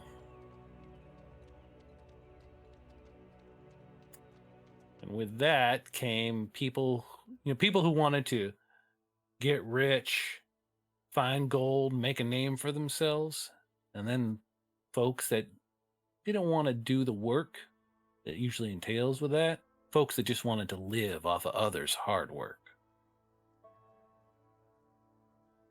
Attracted good, fine people, mind you, but a lot of others as well.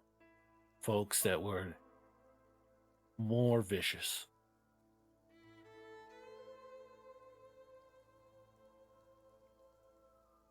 A lot of good miners, a lot of hard-working folk. They found themselves set upon by these vultures. Shipments of that blasted ore just going to a bank somewhere, or to be after a week's worth of hard work would just be taken away at gunpoint, openly on the roads. Folks said that if the law wasn't going to handle this, that they would take it into their own.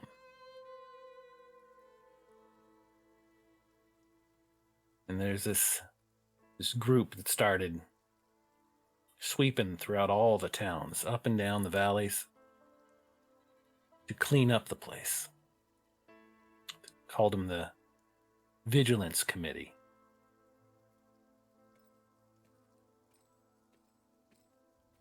We thought this far away from gold country, we'd be safe. Certainly would have tried to raise Amy in one of those mining towns. But when you burn a field full of rats, the rats have to go somewhere. And some of those rats fled here, thinking, much like good folk of Hellgate did, that this place would be safe. One of them rats was a man by the name of Cyrus Skinner.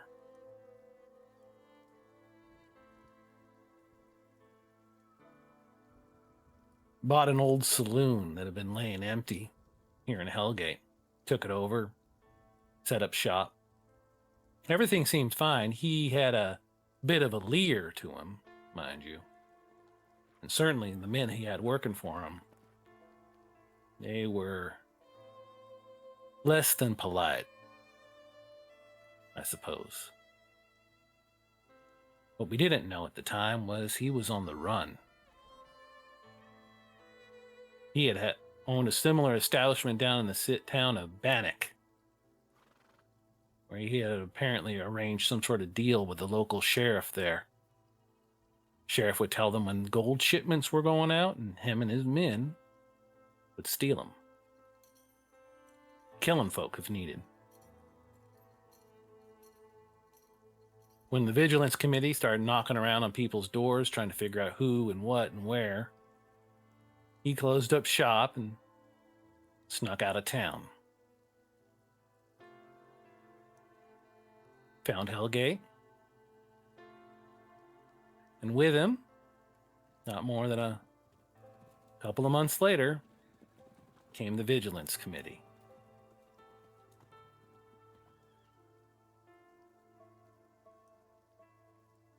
They waited till nightfall. Rode in to town, shooting up the place. All of them except for their captain rode in with them sack hoods on over their heads.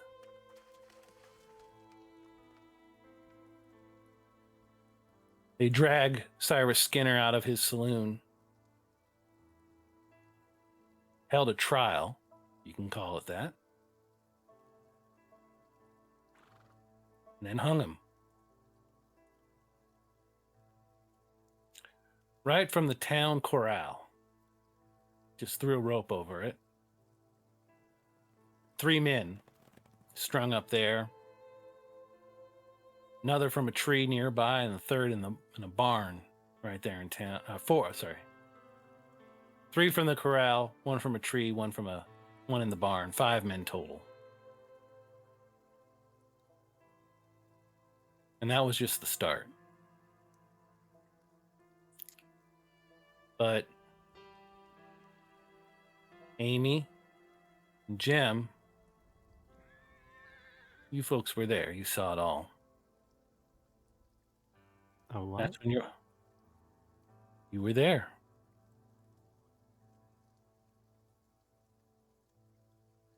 I'll look We over found at out. Jim.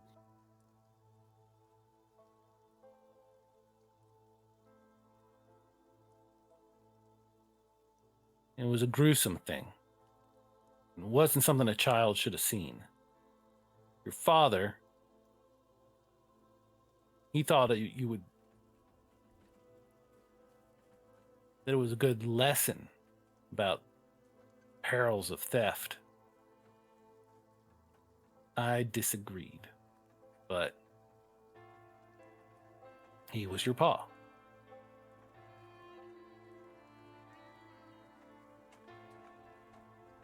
But I love when she says that, like when she starts talking about the incident. But I can't shake the feeling that I should have done more.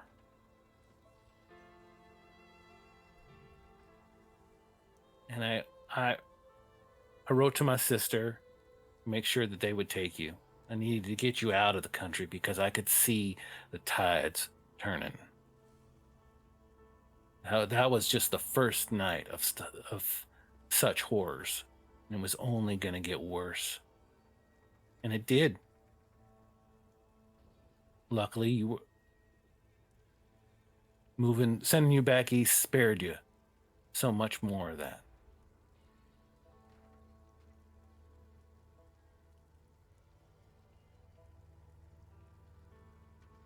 And I'm sorry I didn't fight more for you.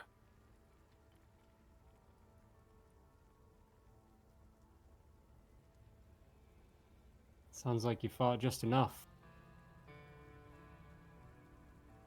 I was able to come back. Better than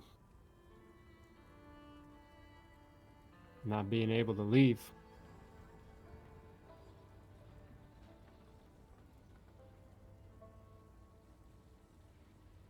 Well, that is something. Who wants some pie? After that, hell, I'll take some pie. She gets up to do that.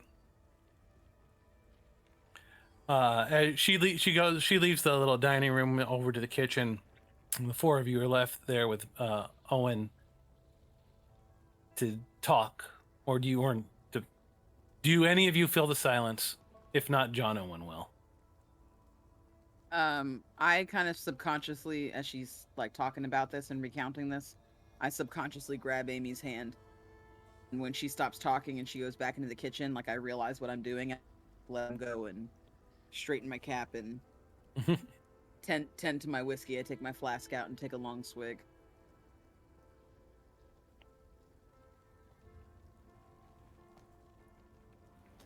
I brought in that 6-string of yours. How about a tune? After pie, Mr. Morrow, certainly. Don't want to get the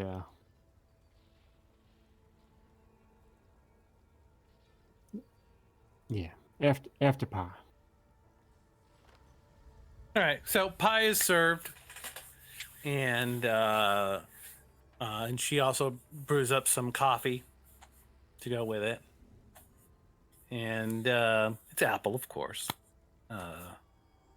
And after that, it's clearly dark now out, and you guys can fall back into the sitting room next to the dining room, across the hall from it, rather, and continue on with your conversations. See if you have any other questions, anything like that. I asked Mama Haddock, ma'am, have you had any trouble with any fellers roaming down from Council Hill up there? We made our way up there earlier and it was a little weird, but nothing too out of the ordinary. Have you seen anything come around here from there? She thinks about it and goes, "No, there ain't nothing up there to come around there from. Not sure what you're talking about." You're certainly aware of Bennett. Yeah? Oh, yeah, Morgan. I heard. That's pretty sad. He was good to you kids, right? Looked Yeah. after you. That he was.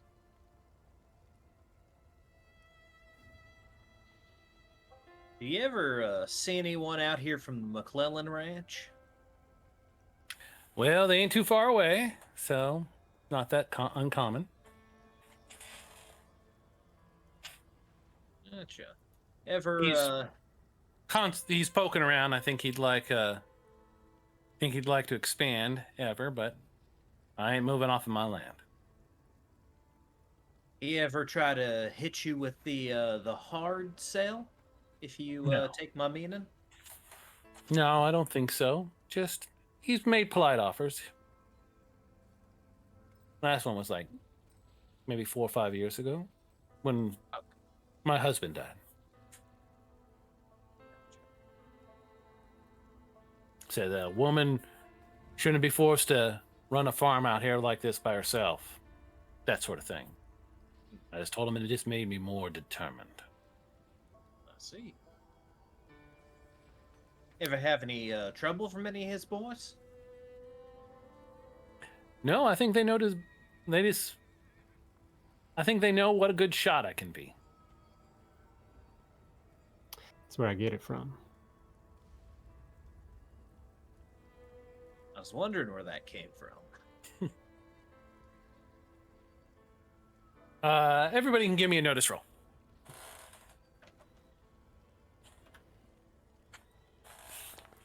Oh no! Oh no! Nope. All right, so Amy is clearly lost in thought.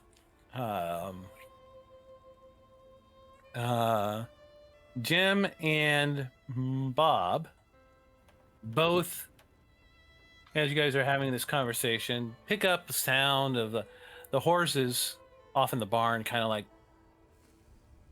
start making a little bit more noise than just than just horses talking to each other, like they're trying to get somebody's attention. You're not really sure what it, but it's doesn't seem like a panic or anything like that.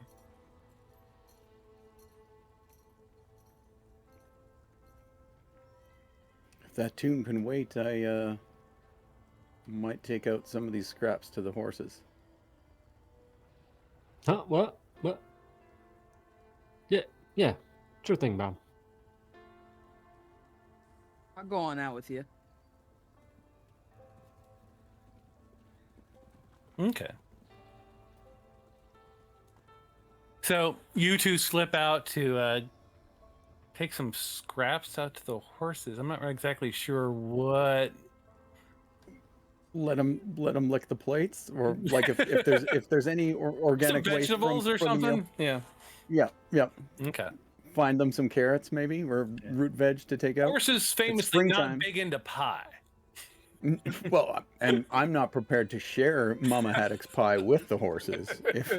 If there's going to be a second piece, it's going in my pie hole.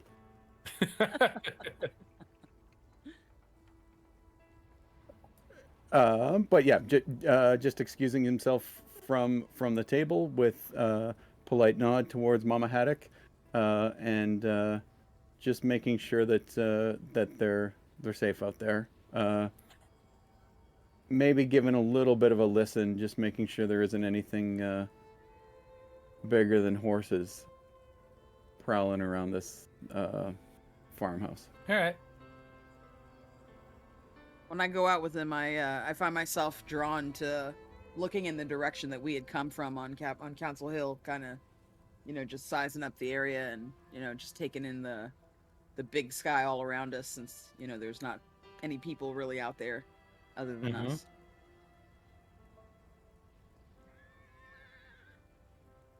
All right. You guys head on out to the horses. They as you get out there, you bring them a little bit of extra food to gnaw on. You find them real skittish. They seem a little real kind of jumpy and kind of like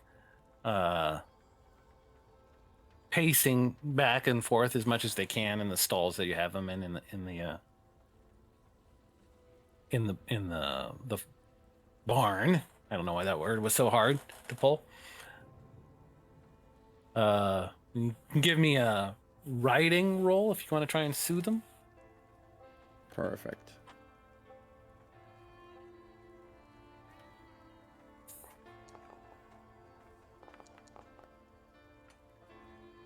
All right. Jim, you try and calm them down, but Morrow kind of like begins to kind of pat and soothe them and stuff like that, and the horses seem to calm for a little bit. But there's still a look of like, you can just see that they are afraid of something. They caught scent, maybe, of something. and they don't like it. I trust a horse before I trust a man. I don't like this. Yeah, I want Not to at check it all. out. I want to see maybe do like a once around the outside of the see if there's any like foxes or something that's Okay. terrorizing them a little bit. All right. Jem, you go out to do that. Bob, you go with her, with him, or stay here? No, absolutely go with him. I don't want him going off Okay. alone on their own. And So you walk. I think Hmm? I think we're unbuckling the holster, just making sure that we're ready to be prepared, as it were. Definitely All right. Winchester in one hand, lantern in the other. So you walk out the front of the barn, kind of head off to the one direction around the building, kind of just walking around, having a stroll around, kind of keeping your eyes open. Do you make any conversation while you're doing so? I'm pretty focused. I think I'm probably shushing so that we can see if we can hear anything that might be freaking these horses out. All right. I think Bob brings up the pie and then gets shushed about it. And, It's good pie. it was the crust. It was the crust that made the difference there. Oh yeah. I know they grow the apples, but man, she's got solid flour game. Yeah. I say, yeah, it's all the love. So, shh.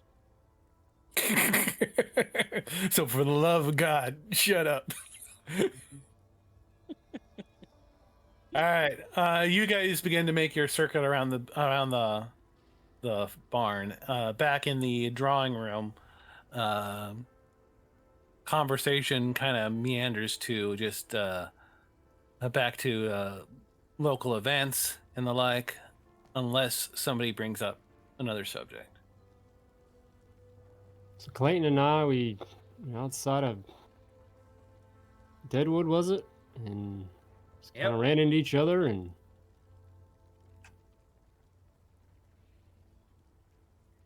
I wish I could say I kept your boy out of trouble, but I think you can tell just by looking at me that ain't the case. trouble was finding me right around that point, unfortunately, and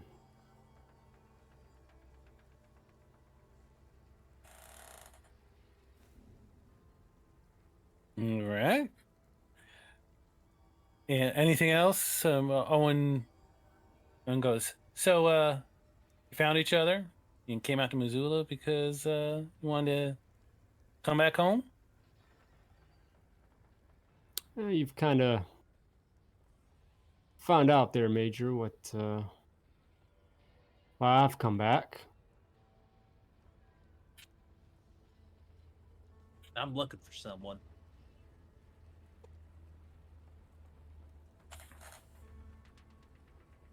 All right.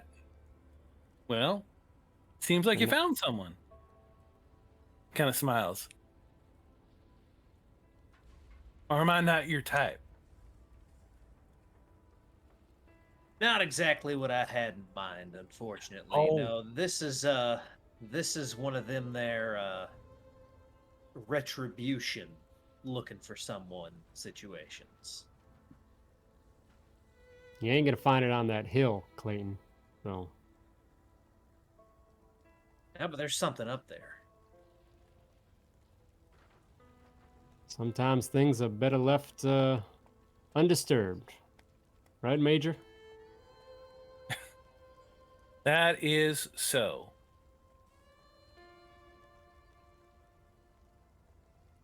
Mama, what you used to run over to the hill and play as kids.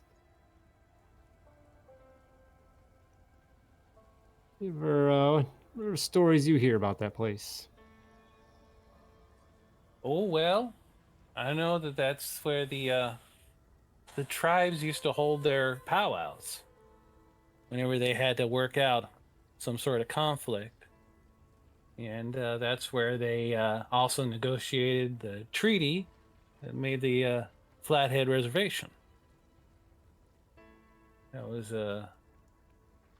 And other than that, well, that was sort of like the end of most of that. Once everybody moved to the reservation, those that weren't going to the Sioux Nations, mind you, Council Hill's kind of left on its own. Used to be, you hear all sorts of ceremonies being performed there, but now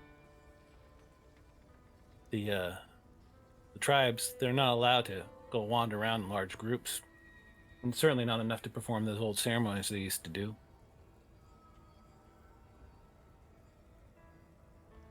What about those other legends, Major? Well, that covers most of it. I know that the Indian tribes, they mostly saw that as a sacred land. My wife and her people, they used it for communing with the spirits. They said that the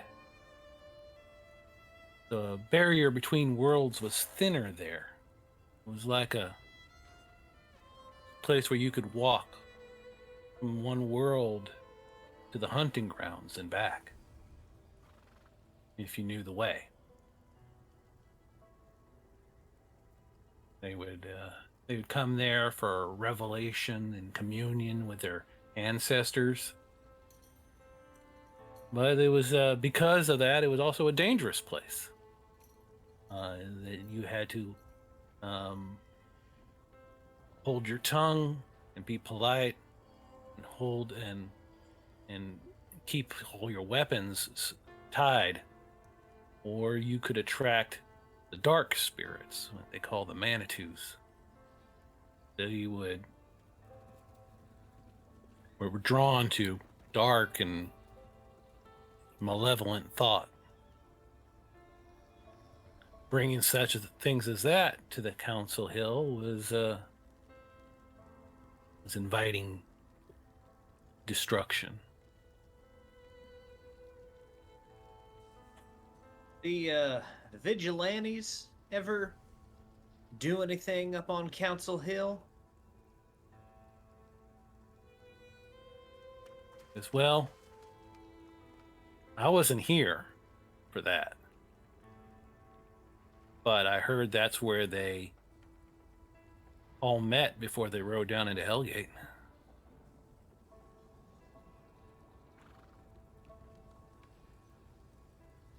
It's an easy landmark. Close to town, easy to spot. Could stay hidden there in the trees and ride out into the town once we were ready. Now, I'm not a spiritual fella, but what kind of significance do you think there is, the vigilante group all meeting up before they go to do some killing there at a place where the border between this realm and the spirit realm is somewhat thin, as you mentioned?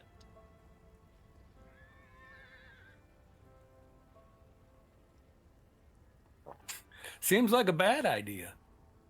But you'd have to ask them, I suppose. I wasn't there. Jim and Bob, you're coming around the far corner and back to the front of the barn. You guys do pick up a strange odor in the wind as the breeze shifts. Sort of rotting smell. Kind of catches your, like maybe some animal or has died somewhere and is beginning to decompose. You're not sure where it's coming from. Well, it seems to be getting stronger as you come back towards the front of the barn, which doesn't make a whole lot of sense. Mm-hmm. As you round the corner,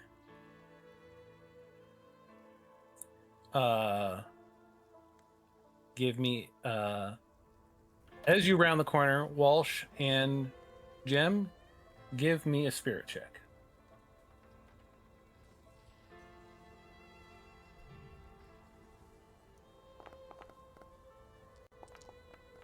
Oh, okay. You both do really well. Take a +1. Yes. No, they both succeeded, right? If I take a +1, though, I know all the stuff. Oh, yeah. Well, I see what you're saying. You gonna take that +1? Mm-hmm.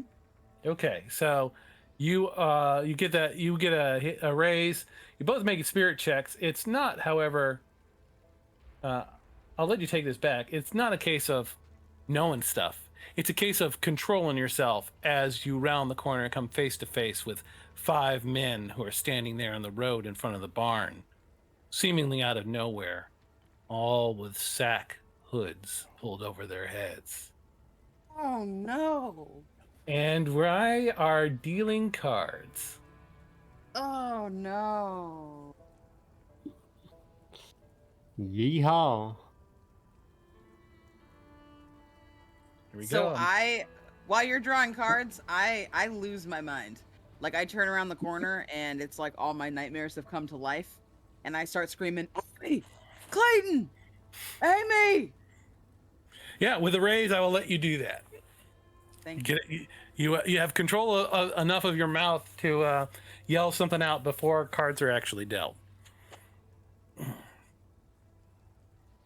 In fact, and that'll give everybody in an earshot a draw, as opposed to, I was originally just gonna draw cards for the two of you, until you could get a chance to alert the people back in the house. But good on you. There we go. That +1 was well worth it then. Yeah. Nice. Unfortunately, the high card goes, well, actually, no, let's, I'm going to make it so they all go on their boss's cards. Good news, you are going to get a chance to go before them because their I boss. don't like that guy's name. There we go. I don't know what you're talking about. What's that guy's name? I mean, he's just, it's a family name. He's not. Haddock.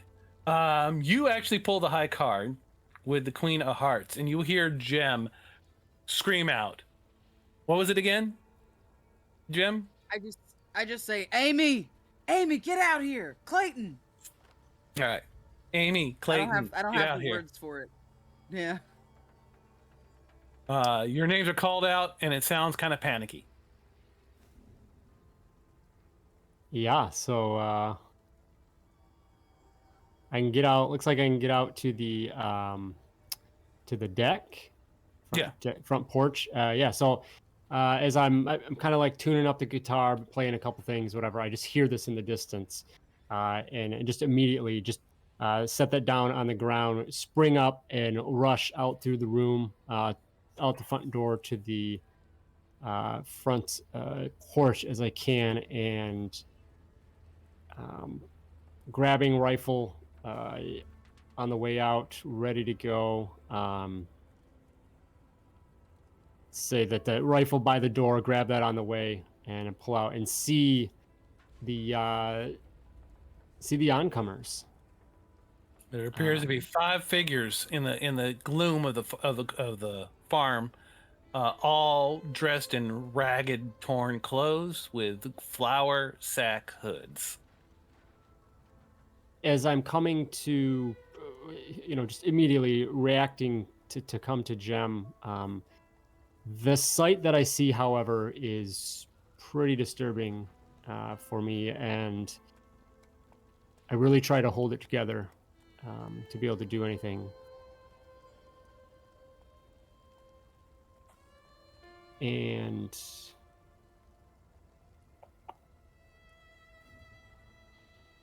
can I have a call, Marshal, on how I can help determine that? Sorry, to do what now? To just see if I can kind of handle these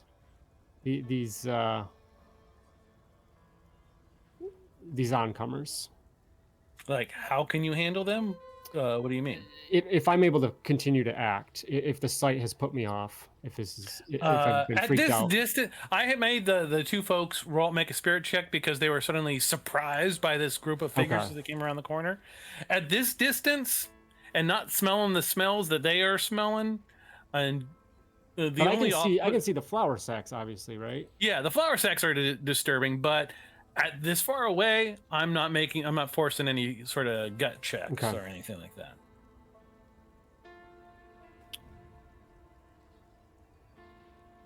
Okay. Yeah, I'll just pull up. Yeah, I'm gonna pull up the Winchester and just aim it towards the group and just yell out first, and just yell out and say, Okay. I don't know who you are, what you want, but you better get off of this property. Okay. Just kind of trying an intimidation, maybe? Yes, actually, I will go for Okay. a test or something. All right. So, which one of them you pointing at to intimidate? Just pick one. I'll go with the one that's closest to Bob. All right. Kind of like Certainly. focus on them. Yeah. Sure. Give me a intimidation roll. Oh no, that is untrained. Mm-hmm.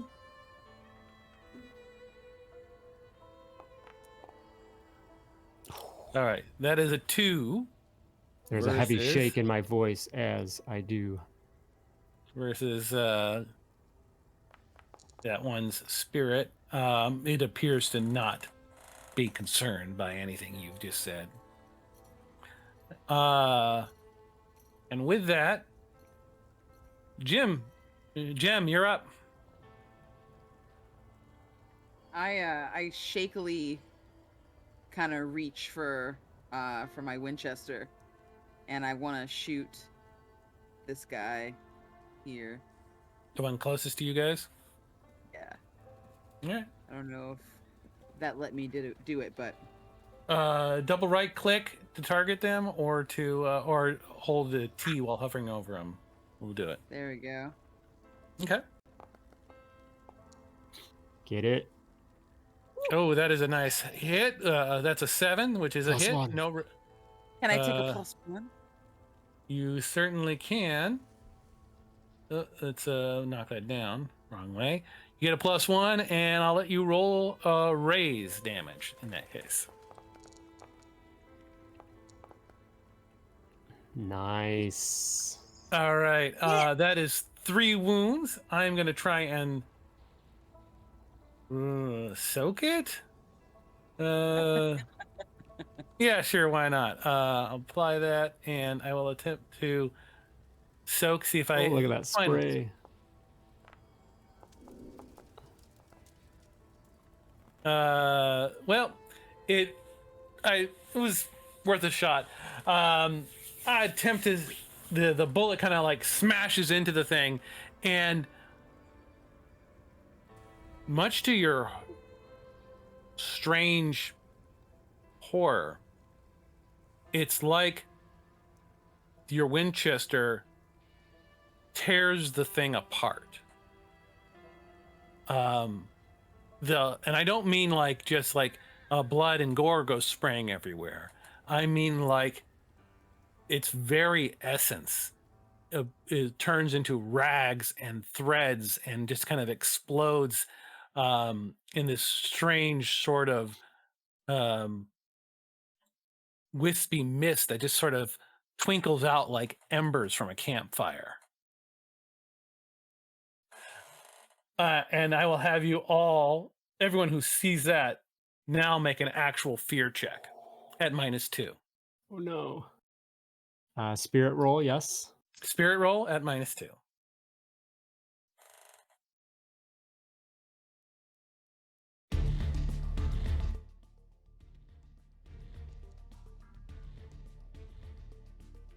I'm gonna need to use a Benny.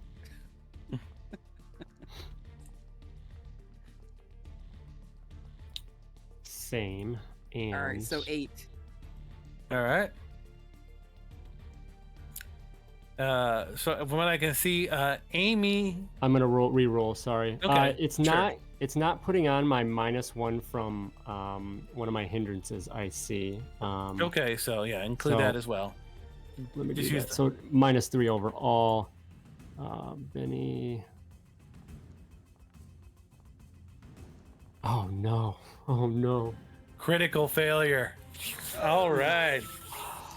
That's All right. 2 crit fails for Amy tonight. Yeah, and this is a major one here with a fear check critical fail.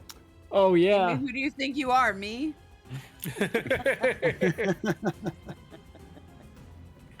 All As much right. as I see the Bob max failed as well result on because I this didn't table, apply I the don't want minus it to be 2, so I'll mean. drop a Benny to reroll. What's that? Bob failed his. Oh, Bob has failed twice. I've got one more Benny, and I'm gonna drop that Use a group Benny. to try this one more time. Yeah, you're sitting on like 18 group bennies at the moment. There we go. Okay, so Bob barely passes. Okay, so hang on one second. Just trying to get down to the fear tables. Here we go. Fear table. Is that gonna work? All right, so Amy, here.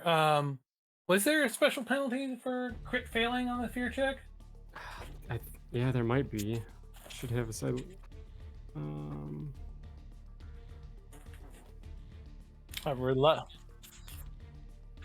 Okay.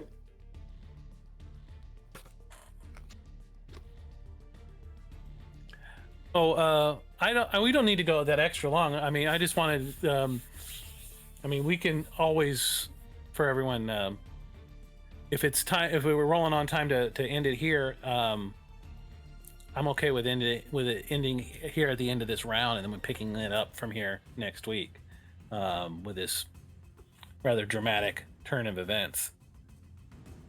Yeah, I'm doing all right.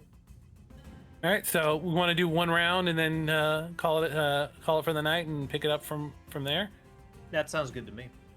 Okay, seeing how late it is, and want to keep these shows consistent on time. I don't want it to go super late. So, all right. So I'm going to I'm not Plus 2 for the critical failure, +2 to the roll for the critical failure. on top of Okay. any other fear penalties that might exist. All right.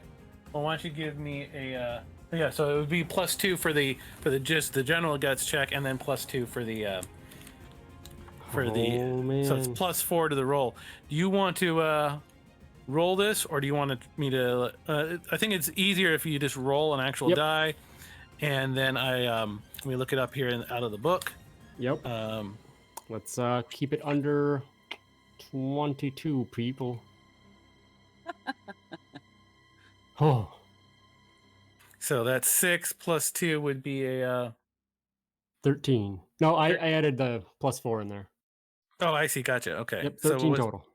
So 13 total. Oh, I'm sorry. I was looking at the die that actually rolled, and it was not a 6. It was a 9. It was upside down. Okay.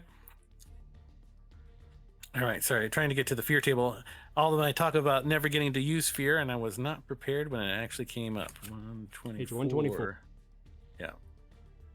Here we go. Mark of Fear. Mark of Fear. The hero is stunned and suffers some cosmetic, physical alteration. A white streak forms in his hair, eyes twitch constantly, or some other minor. There's a brown physical- streak somewhere, that's for sure. That's for sure. Yeah. That's the last thing Todd needs. Oh no. All right. So, Sorry, in Amy. addition to, you are shaken by this event. So let's mark Stunned that. and shaken, yep. Yeah, stunned and shaken, and also, and you're just gripped with fear as you see this thing just sort of evaporate before one of her shots, and you realize that these things are not men. They are you're worried now, based on what you know. You're worried that you brought them here, that you have led them here from Council Hill to your mother's farm. That's what's going through your brain, and you're just freaking out about it. Is shaken something specific? Stunned actually causes distracted. Yeah. Okay, not shaken, or is shaken from something else? No, I'm sorry. Okay, is it not shaken as well? I thought Stunned characters are distracted, And then when you and shaking characters need to take it off at the beginning of their turn. Why did I get shaken? Is what I'm asking. I don't. Oh, Think... I see. I thought that was part of it. Nope. When you recover from being stunned, then do you start the round shaken? Then is that what it is? Vigor roll. It's not shaken. It just goes no longer stunned, remains distracted, and is now vulnerable. So. Okay, Yeah. but distracted and stunned. Okay, but then the effect of stun is just what then? Fall prone, so I fall to my knees. I can't move or take any actions. Subject to the drop. At the start of my turn, I make a vigor roll to kind of get out of it. Okay. All right. It's not good, that's for sure. Yeah. Okay. All right. And then it is, with that, it is now Josephine's turn. And Bob, did you make your roll finally? I forget. Bob barely succeeded with a 4 on that fear check, but it took all of his personal bennies in order to do so. Okay. Josephine moves to the window. Is now her go, and she sees what's going on outside, and she immediately turns back and kind of goes running off to somewhere else in the house to get her rifle. And then the next one of them actually gets a chance to go, and it's this one here who comes marching up on. Let's see. Bob is within moving range. He's indeed closer. And Freeman is not, so it comes right up to you. Kind of just under the orders of one of them. This one right here. I'm gonna kind of wiggle him around a little bit. Oh, zoom in on those tokens, producer. Yeah. This one kind of barks out an order and he says, "Zachary, looks like we got another party. String them up." The one, apparently Zachary, marches off in direction towards you and grabs you, or attempts to grab you as it reaches out. His hands come in contact with you. Oh, that is not a good ace. With a hit and a raise, yeah. You feel your blood run cold as the bony, flesh tattered hands reach out to you, and as it grabs you, it's like you've been dunked in a glacier river, as this chill of the grave flows through you.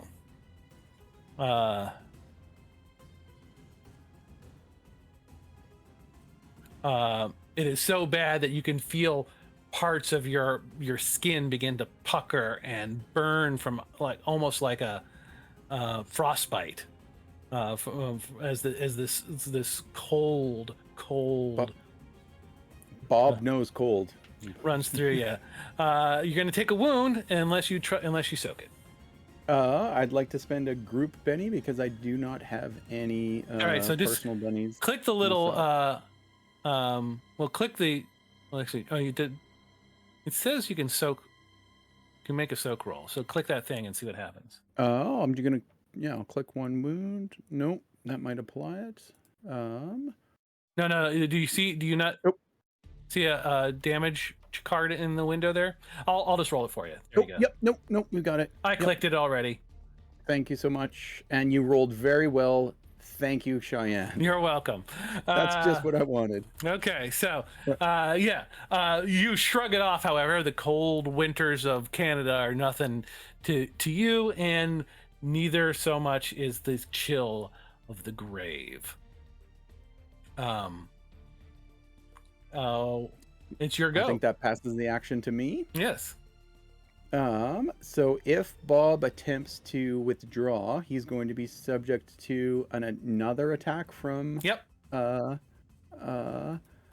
Mr. Zachary.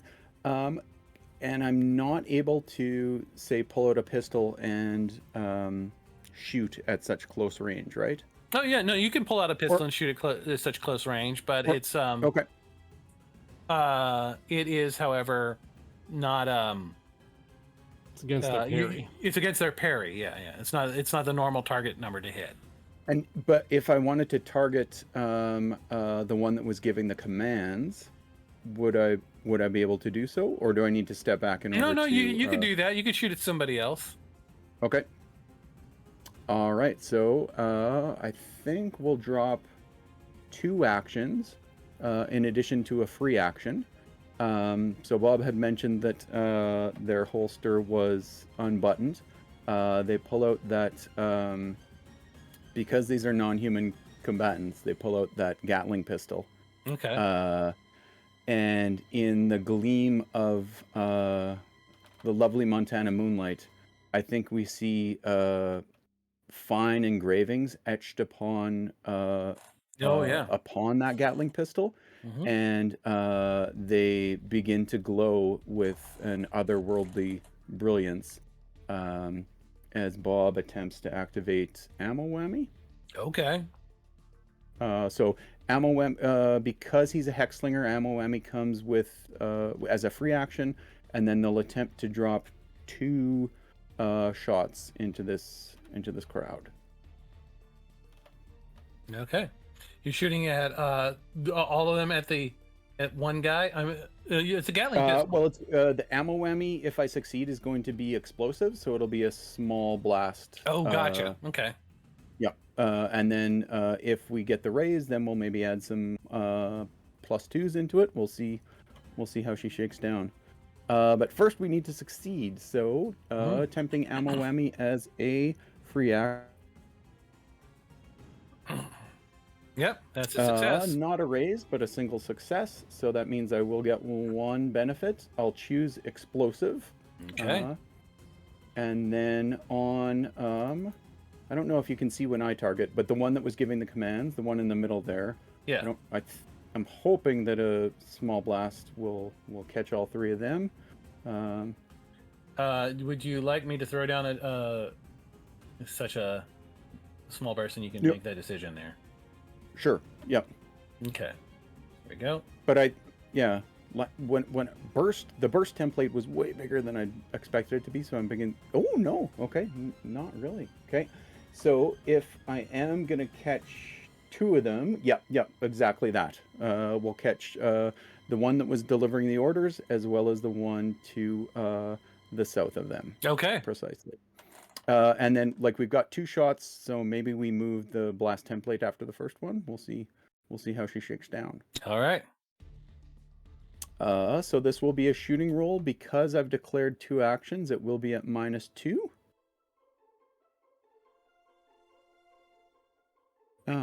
Can I add...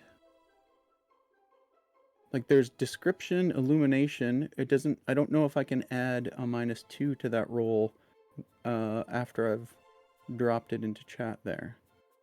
Yeah. Modifiers. Sorry, modifiers. For better rolls There we down go. there. Thank you very much. Just click Okay. on those before you click the At a roll. -2. Okay.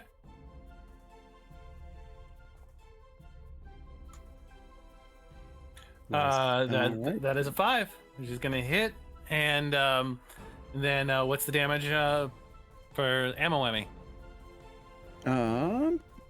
I think it's based upon the Gatling pistol, and then it becomes explosive after that. Oh, so it just deals its damage in a radius there. In that radius, precisely. Yep. Okay. Yep. So roll So normal no damage. raise All right. That is and no aces. Yeah, that is enough to shake both the figures in the template there, basically.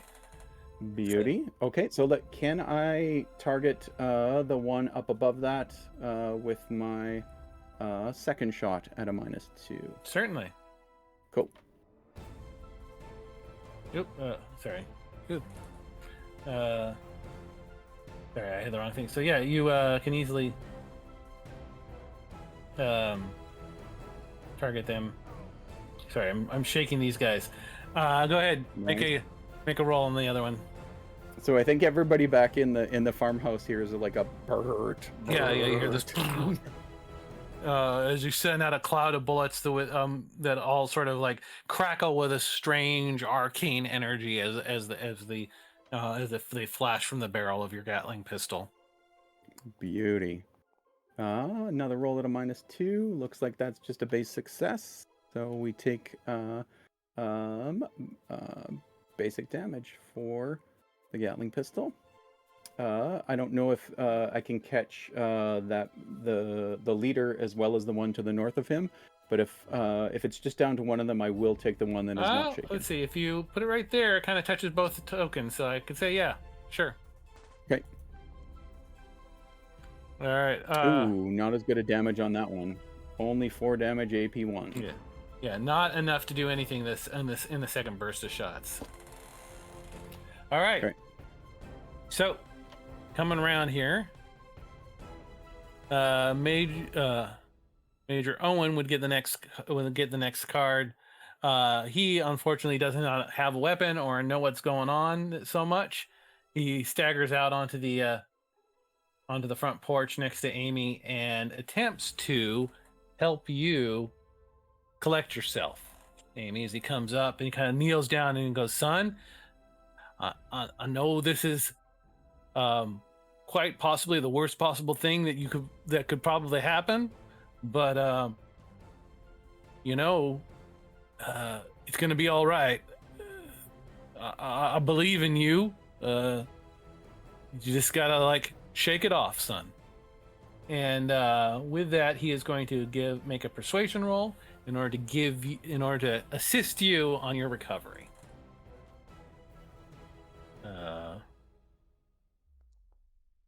And with a 4, nope, that was not a 4. That was a 1. That was it's weird. All right, he is not very good at this. He goes, "Look, I know this is the worst possible thing that could happen, and I mean, come on, this is like right out of your nightmares, right? I mean, this is bad, but just walk it off." Not very helpful. And with that, the rest of them get a chance to go. First, the boss man attempts to unshake. He is no longer shaken, and his other agent there attempts to unshake. They are no longer shaken, and the boss man calls out and goes and says, "We're looking for someone. Tell us where Captain Williams is, or we hang you all." And then he orders his men. He says, "Grab him." And he says to his men, and they charge in towards Amy. This one's gonna have to run to get there, so he'll be at a -2. And the other one is going to run towards the farmhouse. Let's do this here. Moving, full 12 towards the farmhouse. And Amy, one comes running right up into your face, tries to grab you. It will be at a -2. Gem, you mean? Sorry, I said Amy. Gem.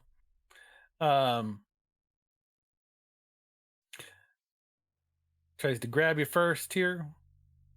Lays his hands on you, and the same sort of strange, icy chill washes over you as he gets close.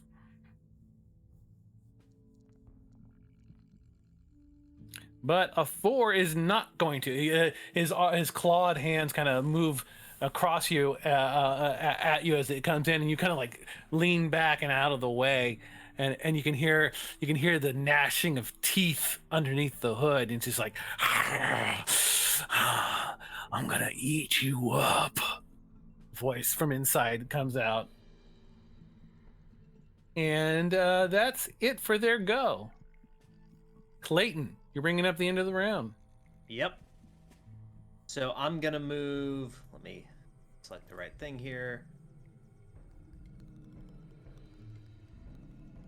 Here, and I believe I'll be able to just make it out the door. Okay. I think. I'll allow it. You're out Okay. the door. No problem. Gotcha. I want you to have this full round here, doing stuff. Okay. Cool. So that'll put me within range of this guy coming up on the porch. Yeah. So I am going to take my first shot with Cold Frontier.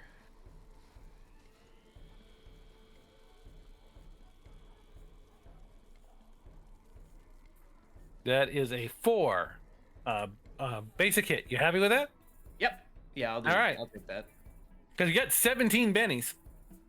All right. That is only going to stun the one coming at you. Are you happy with that?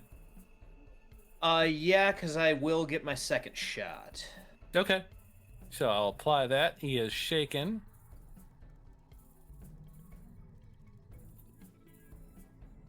So, second shot here. Oh, and that's going to be a hit with a raise. Nice. Okay. Said you wouldn't kill anyone today, Clayton. I said I wouldn't murder anyone. This is Murder. self-defense. Good damage. All right. Yeah. I'm going to try and soak that here. Spend a Benny and see if I can. Yeah, I spent one of my GM bennies. Believe me, I did it. An attempt to soak.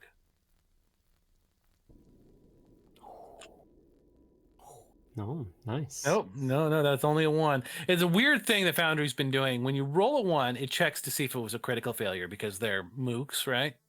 But you see the roll that is the check on the 1 before you see the roll that is the 1. It's strange. It comes out. It's just the order that the things are coming out. So yeah, he totally fails that. Again, disappears in a tatter of smoke and fabric, and it's just like in a second it's just like there was a man standing there right there in front of you, and then it just sort of seems to unravel and vanish. And give me a spirit check at -2, Clay, because this is the first chance you had to see such an event. Yep. Okay.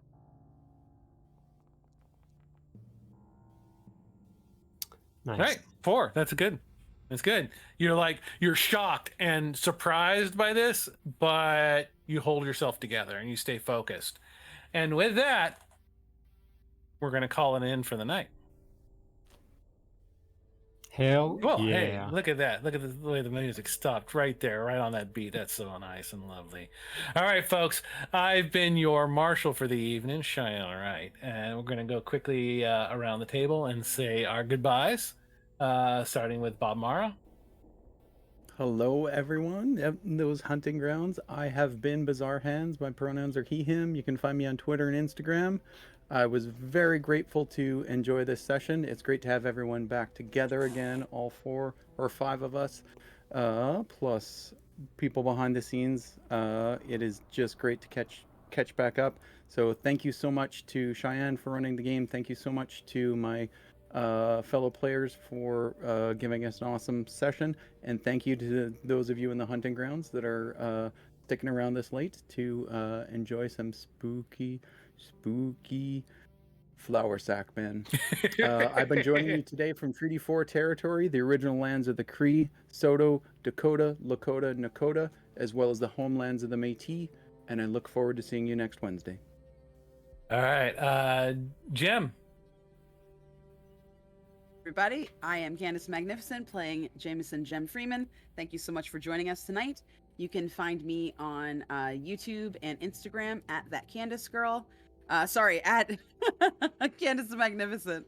And then on Twitter, you can find me at that Candace girl. If you go over to my YouTube page, you doing some reviews of random stuff, including ice cream and dice and card games and things like that.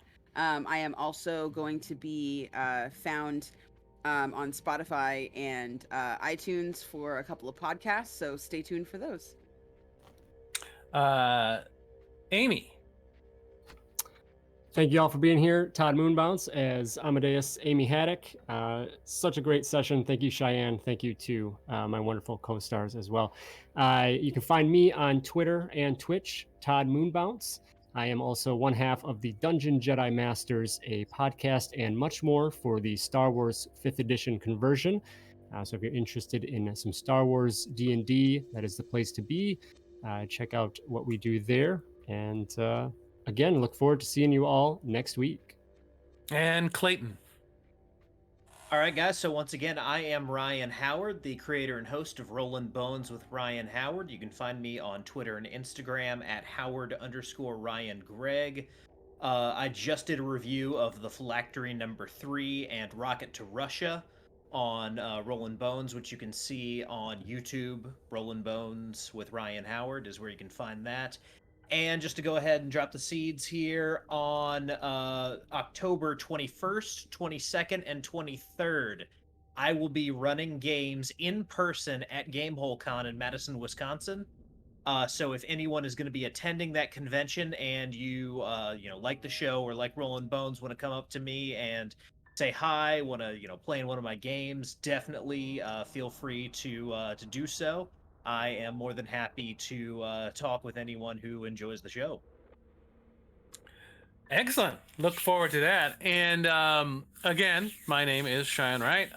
My day job, if you're interested, is I color a comic book called Girl Genius.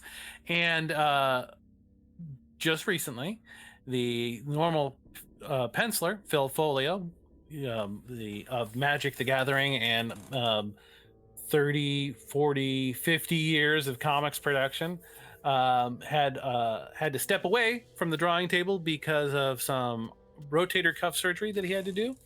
And so I, who have been coloring his comic for 20 years, has stepped up to draw a very special, limited Halloween story that Phil and Kaya are writing, and I'm doing the art for, and I will be getting right back to as soon as this show is over.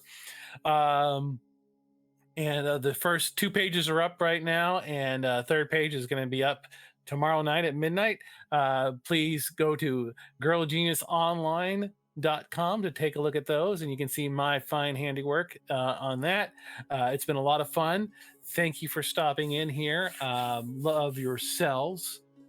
Love each other, because it takes all of us working together to kill those flour sack men of our darkest thoughts. All right. Thank you, folks. See you next week.